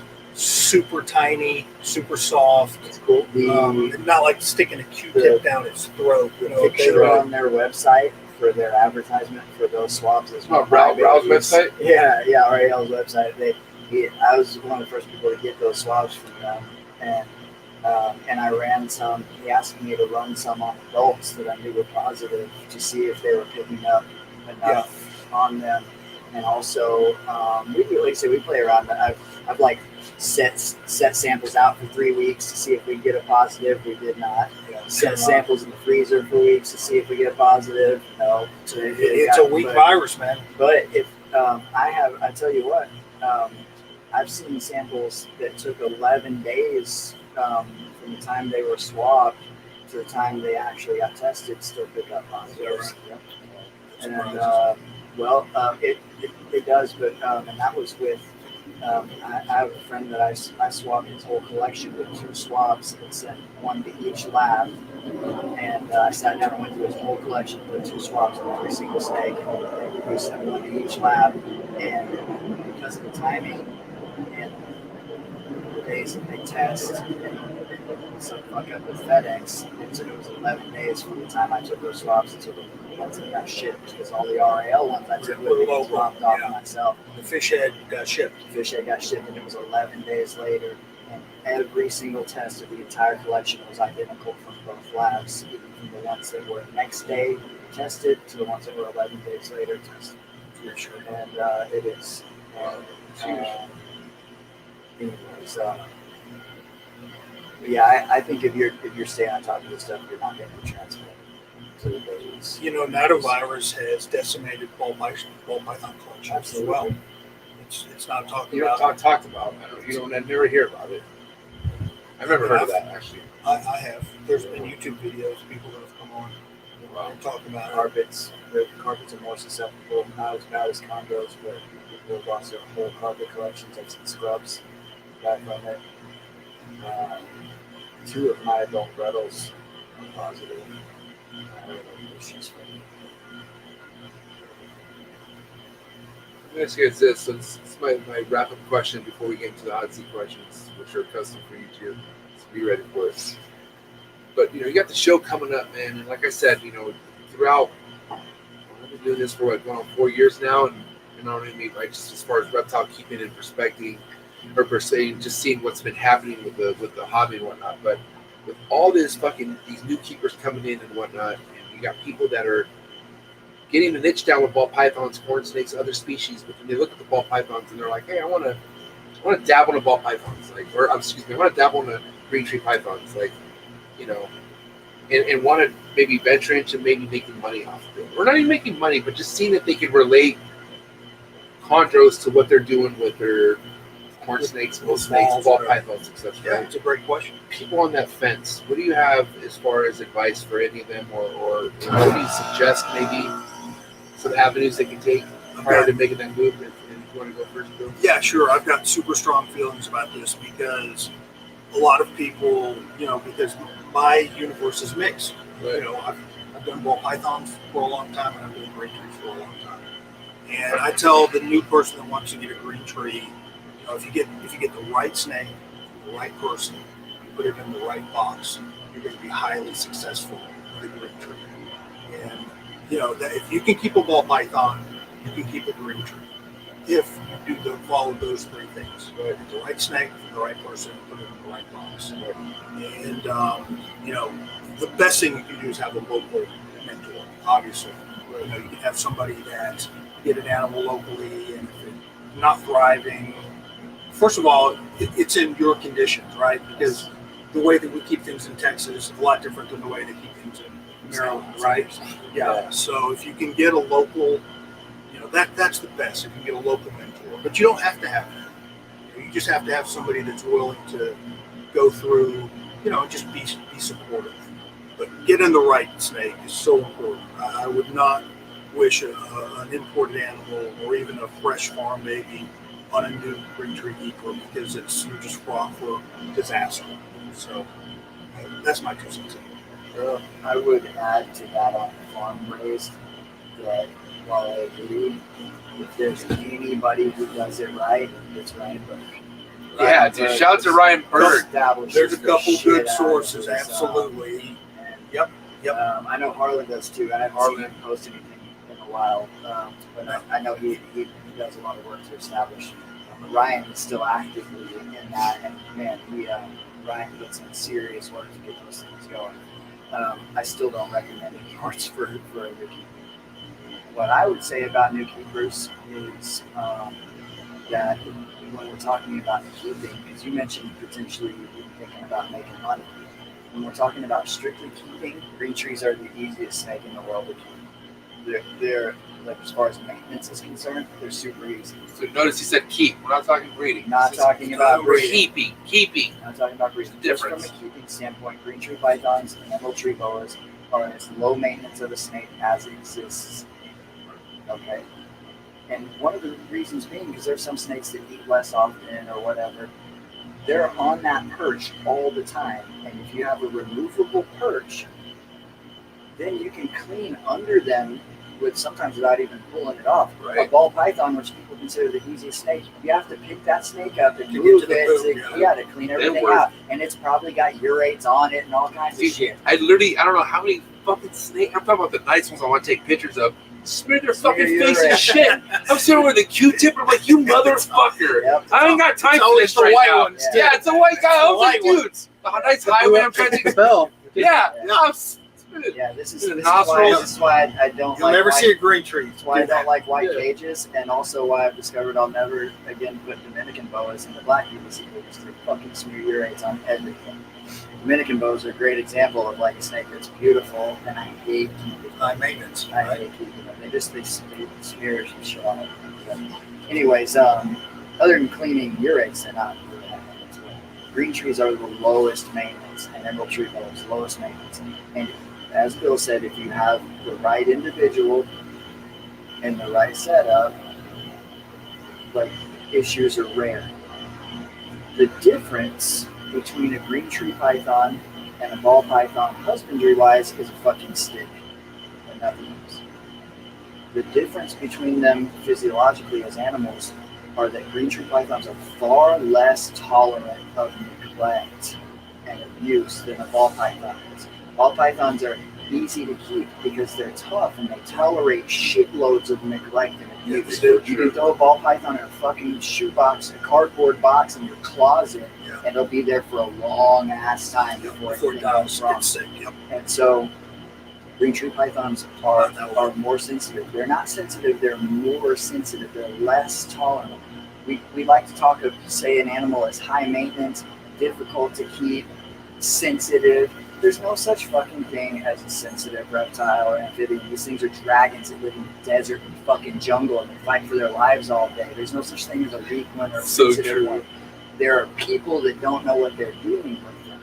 A high maintenance or difficult animal, just that means we don't have a clue what we're doing, right? Green tree pythons are not high maintenance or difficult. They're easy to keep. Breeding green tree pythons, I won't say you can't make money doing it. I will say that I believe that getting into it with that motivation may not get you the best results. I believe, for me personally, it's way more fun when I don't think about the money. The experiences that I've had this year, I can't help but think about the money in hindsight, and it bums me out. And it's just proof that when I've lost eggs this year and I think about how much money those animals are worth, it's proof to me. And just furthers my resolve about trying to not think about the money with it, because it becomes less fun to me. And, you know, this is a quote that you can interject lots of different hobbies into it other than green trees, but Danny Brado is quoted with Chondros as saying, know how to make a small fortune breeding chondros, you start with a large fortune.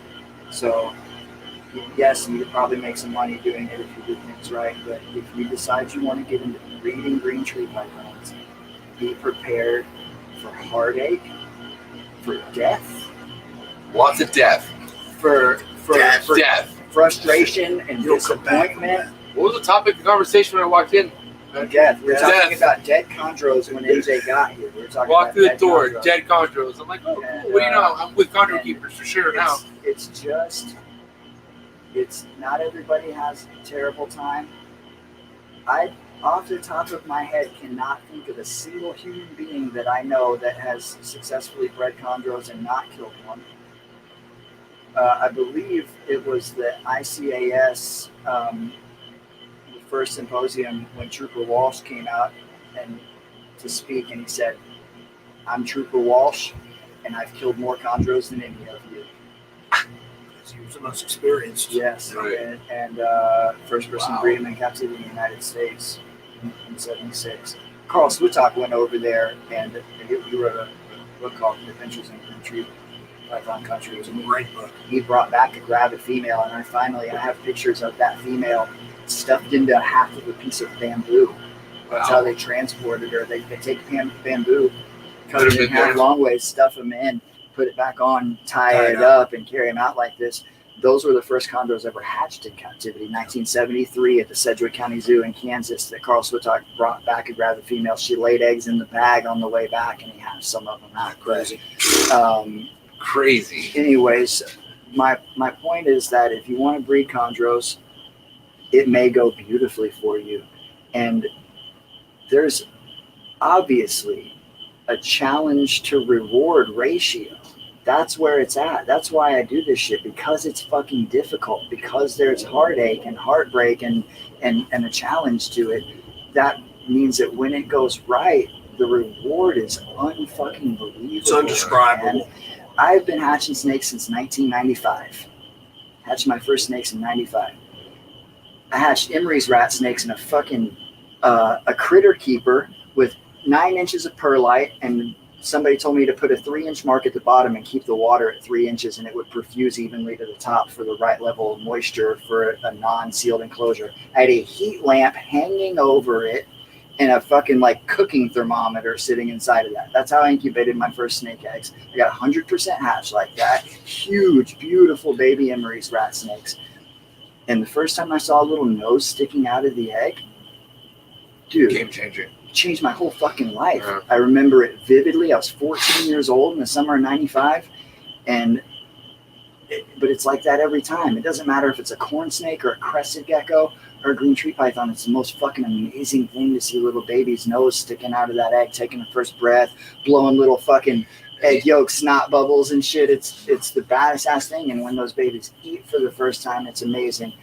Whether they eat the very first time you try or whether you have to try for 6 fucking months. Yeah, they're both When they eat the first time, it's most amazing. satisfying. Yeah. And so, yes, there's a super high reward, but be prepared that it can be fucked up. You're better off just keeping them and not trying to breed them. If you want to enjoy them, don't think about the money. Don't think about the market. Buy the ones you like, and don't try to fucking breed them. And if you good. I was just going to say, the highest of the highs can come because of exactly what Patrick said, because the lows can be so bad, you just have to be able to brush shit off. If you can't take losses or you can't take failures and either learn from them or brush them off, you should not breed green trees.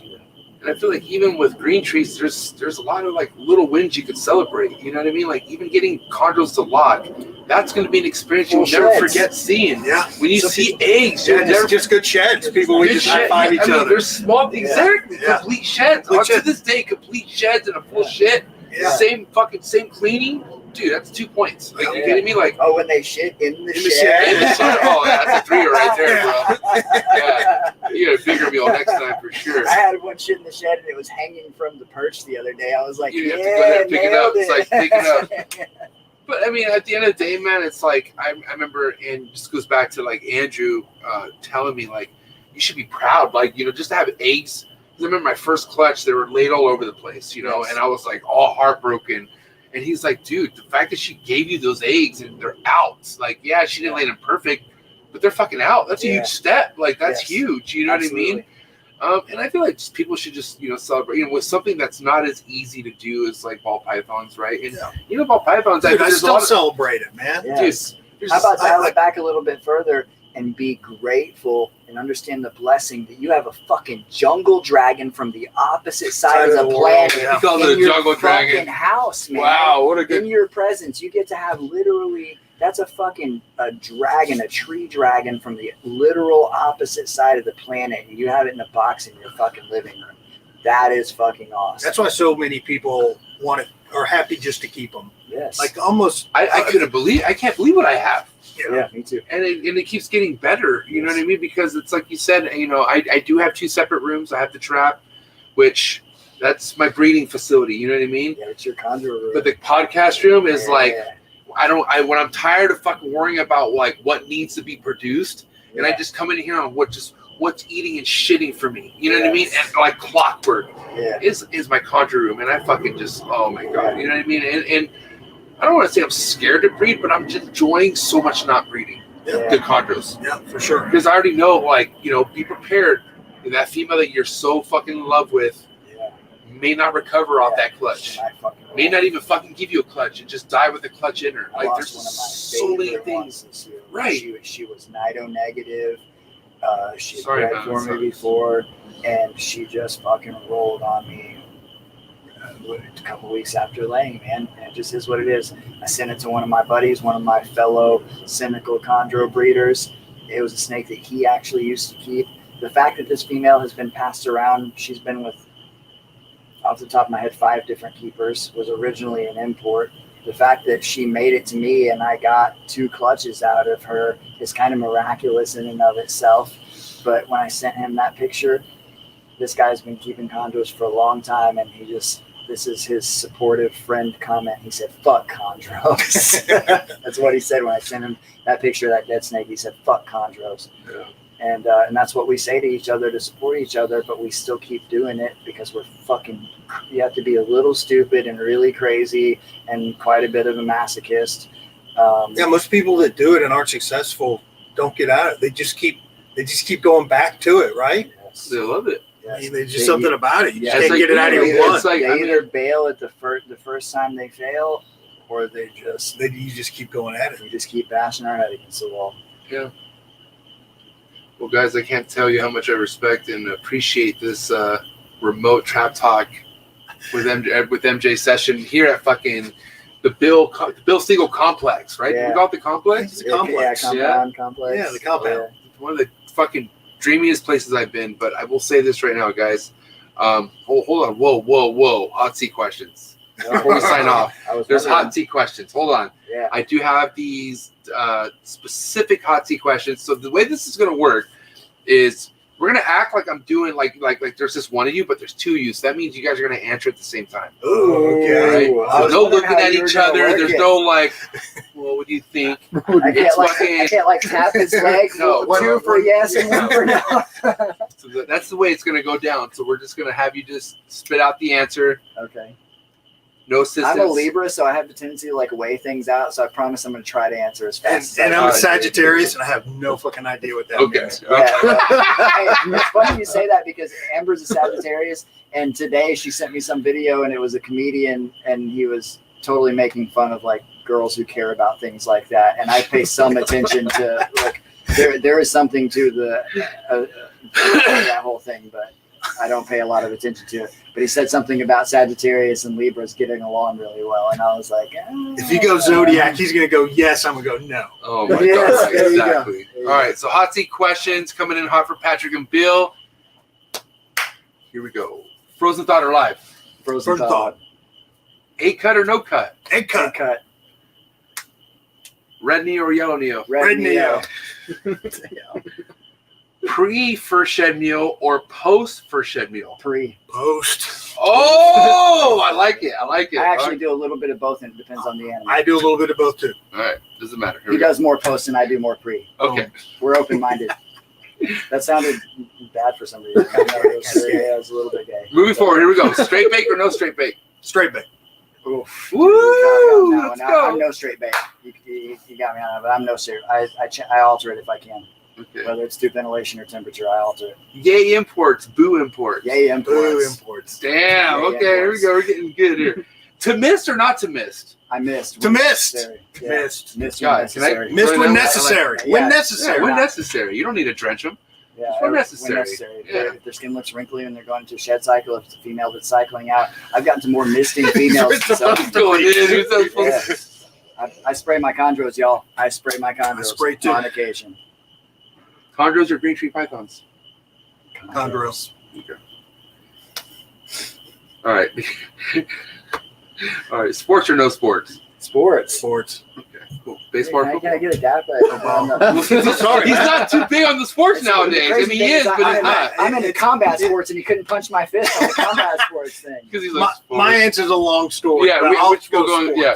He likes sports. football, I like fights. Okay. I like fights. Big flexor or no flexor? Big flex. Big flex. Yes. Not there we Sean. go. Not Sean Gray flex. That's why I like it, baby. Remember Sean Gray? Yeah. Awesome. Oh my god. He didn't know what the hell you're talking He was about. like, Yeah, what? explain it to He him. go flex. With, Respect to Sean Gray though. Yeah, I like dude, that guy. Sean's a good Great. dude. This show's fucking super dope, dude. Steak or fish? Steak. Steak. I love White fish, wine dude. or red wine? Don't drink. Rojo. Yeah. Don't drink. Don't drink it, I right? haven't had a drink since 2008. Right. Stretch more, stretch less. Cheers for the Lord. Stretch less. You already know. Okay, here we go. Van Halen or Sammy Hagar? Man, Van Halen.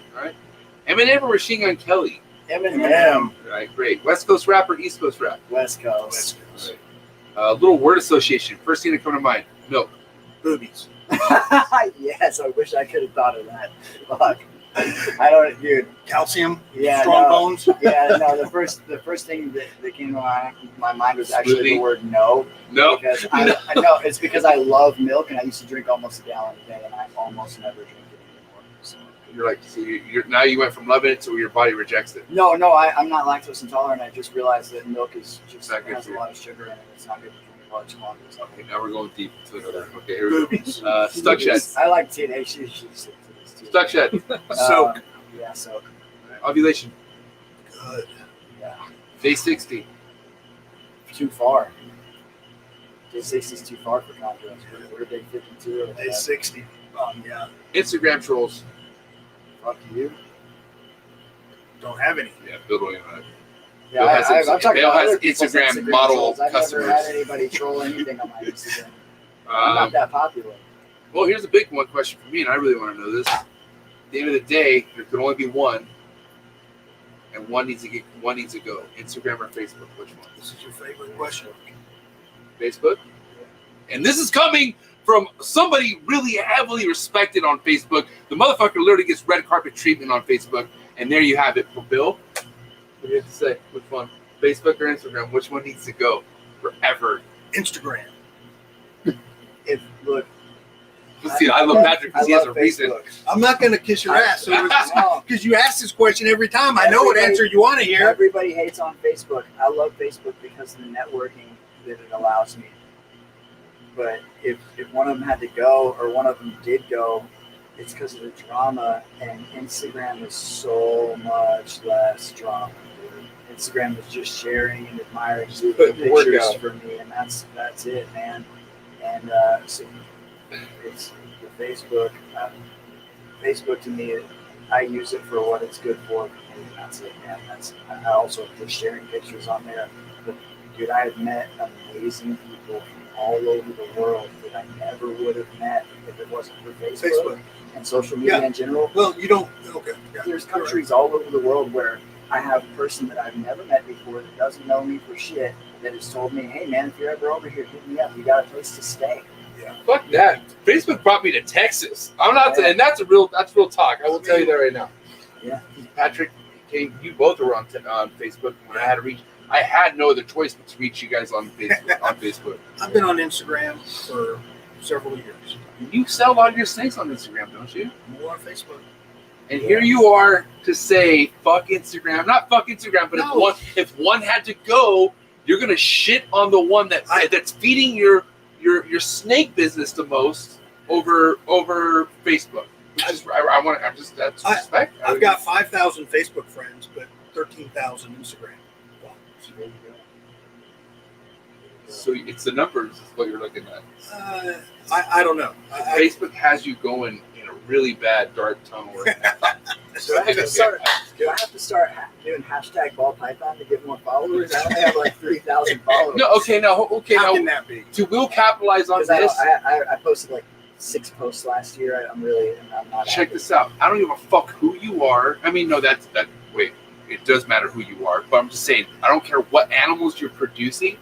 There's a little bit of like game planning behind your posts and everything on Instagram. For sure. And it's crazy because you see like the nicest animals being posted, and then you'll see a girl posting a ball python next to some gems or some sort of piece of art that she made, and she has fucking 60,000 followers. Shots, you know what I mean?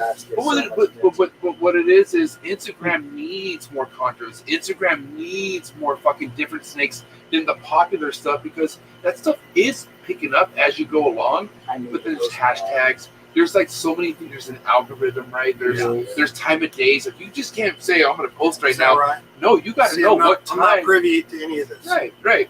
Bring me along. Yeah, I got you. We need lessons. No, but see, that's the reason why a lot of people don't want to make the switch from Facebook to Instagram because they start Instagram, but they don't feel that love that they get on Facebook because Facebook's the OG. That's where shit. Like I said, a lot of the if it wasn't for Facebook, I would not met so many people who I respect in not only the chondro community but the ball python, all reptiles all around the board. You know what I mean? So that's why I do give it to Facebook. But we're talking futuristic here. If we're talking the future of like our fucking kids or like whoever's like the next step, Instagram. It's gonna be Instagram. Yeah. But like I said, I say this, and I mean this with all due respect. But fucking Facebook is an elephant fucking graveyard, dude. It is. It's sad. but you just have the best of the best, but they're just the fucking bones of the motherfuckers who just don't want to evolve. They don't want to evolve because it takes work. Like Patrick has one of the nicest collections, right? At the end of the day, something does go through your mind on like, why don't I get as many likes? And not that it affects his sleep, but any human wants to know, why doesn't this fucking chondro that blows up on Facebook can't even break 50 likes or break, how many likes that you feel like a snake could get? Yeah. Bro, you gotta understand what that did to me when I came from posting a ball python to a fucking nice ass chondro that I thought was the most beautiful thing I had, and I can't even get no noise off of it. Well, you know what I mean? It's an interesting way to look at it is on share pages, like our Texas Chondros page. Shout out to Mark fucking Hager. Mark, oh, dude, that guy. Okay, here we go. Like, he knows what he's doing, bro. When it comes to Instagram, yeah, he's on his Mark shit. Is as good a Motherfucker dude knows as what you'll he's meet doing. in this fucking game. Mark's supposed to be here too, but he was supposed to be. He's on his venture. He's doing some crazy ass wakeboarding venture, and shout I out to fucking Mark. love Mark. I love Mark too. So if you look on his page, which is our page, right? He's sharing Texas Chondro stuff. Yeah. It'll be really interesting to see. Now, I will say, like, I think it was last year, I had 5 on his top 9. Yeah. And so you see what my stuff is doing on his page. But it's also interesting when you scroll down to see which ones did get lots of hits and which ones didn't, because there's lots of stuff on there where Bill's still number 1 with that picture, right? I think you still have the most likes on his page with that picture. I've got pictures on his page. The most likes I've ever gotten on a picture on my personal Instagram is 799 last time I checked, and that was on a picture of a chameleon in my hand. Nothing to do with any of my condoms. But I have pictures on his page that have gotten like 9,000 likes, okay?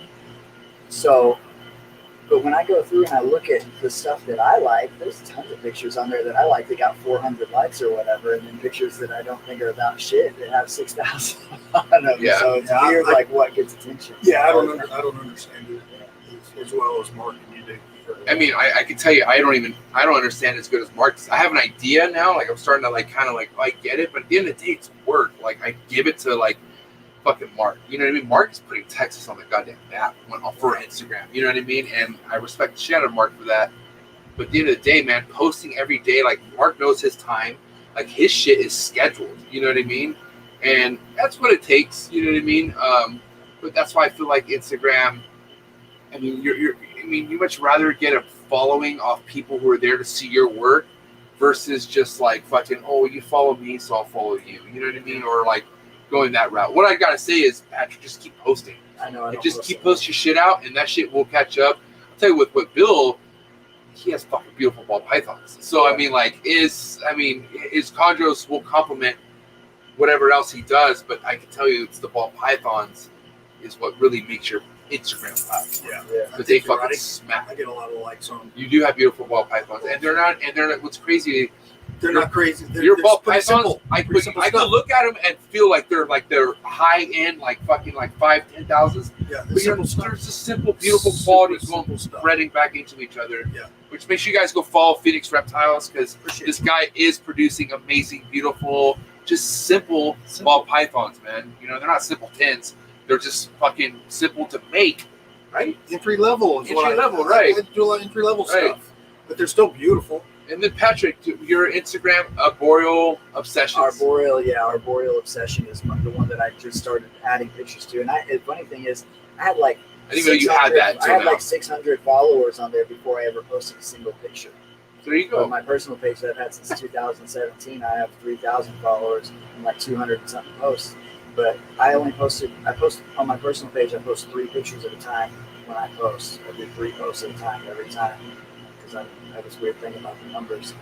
And but I did that twice last year. Didn't even have a top 9 because I only had 6 posts. I post a little bit of personal stuff on there, but the other one's all animals. And pretty soon I will just start. I'll get in the habit. I take pictures every day of animals, every single day. I'll get in the habit of just posting something on there every day and not care about whether it's like artistically composed or. You have really amazing close-up shots. Like, if I could tell you right now, man, you have like that signature, like, shot to where the fucking bone is right there. It seems like, but you have a clear, like, I don't know, man. You definitely have that signature Patrick Holmes up close shot. He does tend to post in bunches. I noticed. Like a 20, are you talking about the picture. personal messages that he sends you? Like, he'll send you fucking 12 goddamn photos in one when he hasn't even responded to your question yet. Hey, look at these. Look what just laid. Oh, thanks, Patrick. Can you help me, please? No, but awesome shit, man. I gotta say, guys, thank you so much for this. This is as good as I don't want to say as good as it gets. It's gonna get better because I will be back though. This is It's still early. Cooler doing it in person. In person's awesome, I mean, right? yeah. It's way cooler. Yeah. A lot better. I appreciate you guys so much. Before we do dip out, guys, you do have a lot of supporters out there. I will say there's tons of people, Patreon fans, knew who you guys knew who I was bringing you guys on, and they were really, really stoked. But all I gotta say is you have a lot of supporters out there. So, Patrick, go first. What do you have to say to all your supporters out there? Everyone who you've helped, everyone who looks up to you, like myself. What do you have to say to everyone out there? Sorry I didn't reply to your message. No, he's not. I am so sorry. Supporting me or otherwise, anybody who's taking the time out of their day to listen to me or us talk about this stuff, thank you. You're just another snake nerd like I am, and I love you. Man. Bill, what do you have to say to all your supporters out there, man? Just super blessed, man, to be a part of the community. And, I'm just as interested to hear about other people's projects and animals as plans as they appear to be interested in mine. So, I love stuff like the NARBC where we can just go and just, nerd out on snake stuff. I really enjoy these kind of weekends and, just happy to be part of it. And for whoever's going to Arlington and NARBC, they will be able to see both of you guys there, is what you're saying? What day are you going? I'm going all day Saturday. All right. I should be out there. I was going to try to go tomorrow. Don't know what work is going to do. I should be able to get off for part of the day on Saturday, and I should be there all day on Sunday. That's my plan. I'm not really good at sticking to it, but I'm going to try. And you're going to be there all day Saturday? I'll be there all day Saturday, rocking and rolling. You're leaving early Sunday, aren't you? I'm taking off Sunday, so no tequila. Nobody give me tequila What time are Saturday. you leaving on Sunday? Shit, we leave early, right? Like 9:30. Oh, well, we're gonna have to plan this because last time you were here, you ate some bullshit barbecue, bro. Thank you. Okay. And by the way, this is what everyone was raving about type barbecue. Like this is what other fucking motherfuckers were going there to go eat, and I was just following the wave. Which don't ever follow the wave like that. Look, you need to fucking listen to a local. But listen, okay. Lockhart's Barbecue. Are you writing this down, Matt? Please. Lockhart's Barbecue. It's their smaller one. Their better one is. I think that's the one you just looked up. But Lockhart's is real fucking close to the venue, and it is legit Texas barbecue. Where did he go last time? I don't even know. First off, it was so mainstream. It was like they gave you a ticket. Stations and shit. That shit's terrible. It was weird. It felt like I was at a carnival, but I wasn't. And it was really big. Either way, I mean the people were nice. Don't get me wrong, people were awesome. But I've had a small. I told you I lived in Longview, Texas for 9 months. I forgot that. And there was a spot where I gained all my weight at. There was a spot called Barbecue. No, it's called the Barbecue Sports Box. Okay. Yeah. It was a father and son, fucking redhead father and son. I'll never forget these two. And they were their eyes dude, you're here again. I was there all the time. I would get 2 brisket sandwich and a double baked potato salad that they had. Mm-hmm. And I just can't tell. And they had open flame pit, or they had an open pit, something that's illegal in a lot of other places. But you could have it. Not in Texas. You could have it here in Texas, right? Open flame pit or something like that. Anyways, best fucking shit I've ever had, and I feel like I'm carrying that with me everywhere I go. So, and I've never had barbecue like that and I love barbecue. Well, so if you guys are leaving early on Sunday, maybe we need to try to see if we can hook up on Saturday and just meet up at Lockhart's and do some Lockhart's Smokehouse Barbecue. Yeah, maybe do lunch there. I got it saved. It's right by the venue. Why don't we do lunch there? Yes, it's over in that new complex where the all the baseball stuff is. Yeah, that's close. But wait, you eat meat? Yeah, it's walking distance. What? That's what I asked him. This motherfucker. I asked him. I said, I go, you want me to order some veggie feed? He asked me if I was a fucking vegetarian. You asked me what I want to say to my supporters. Let me go ahead and throw this out there.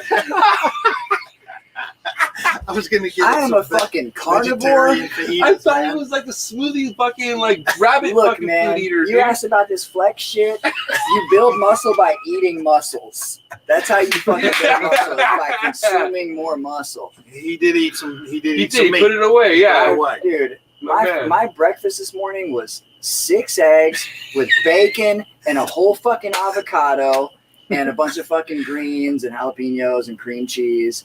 Last night I had a fucking giant fucking chorizo omelet for dinner. I'm a fucking savage down. carnivore, We're gonna get some. man. We're gonna get some barbecue for lunch tomorrow. Yeah, dude. I do have a post podcast fucking like is there like I don't want Tex-Mex. I need something to eat after tonight. And tell me where to go. I don't, dude. I can't get my burrito, obviously. So what do I do? What time is it? Oh, it's time to party. Oh, it's 11:30 here.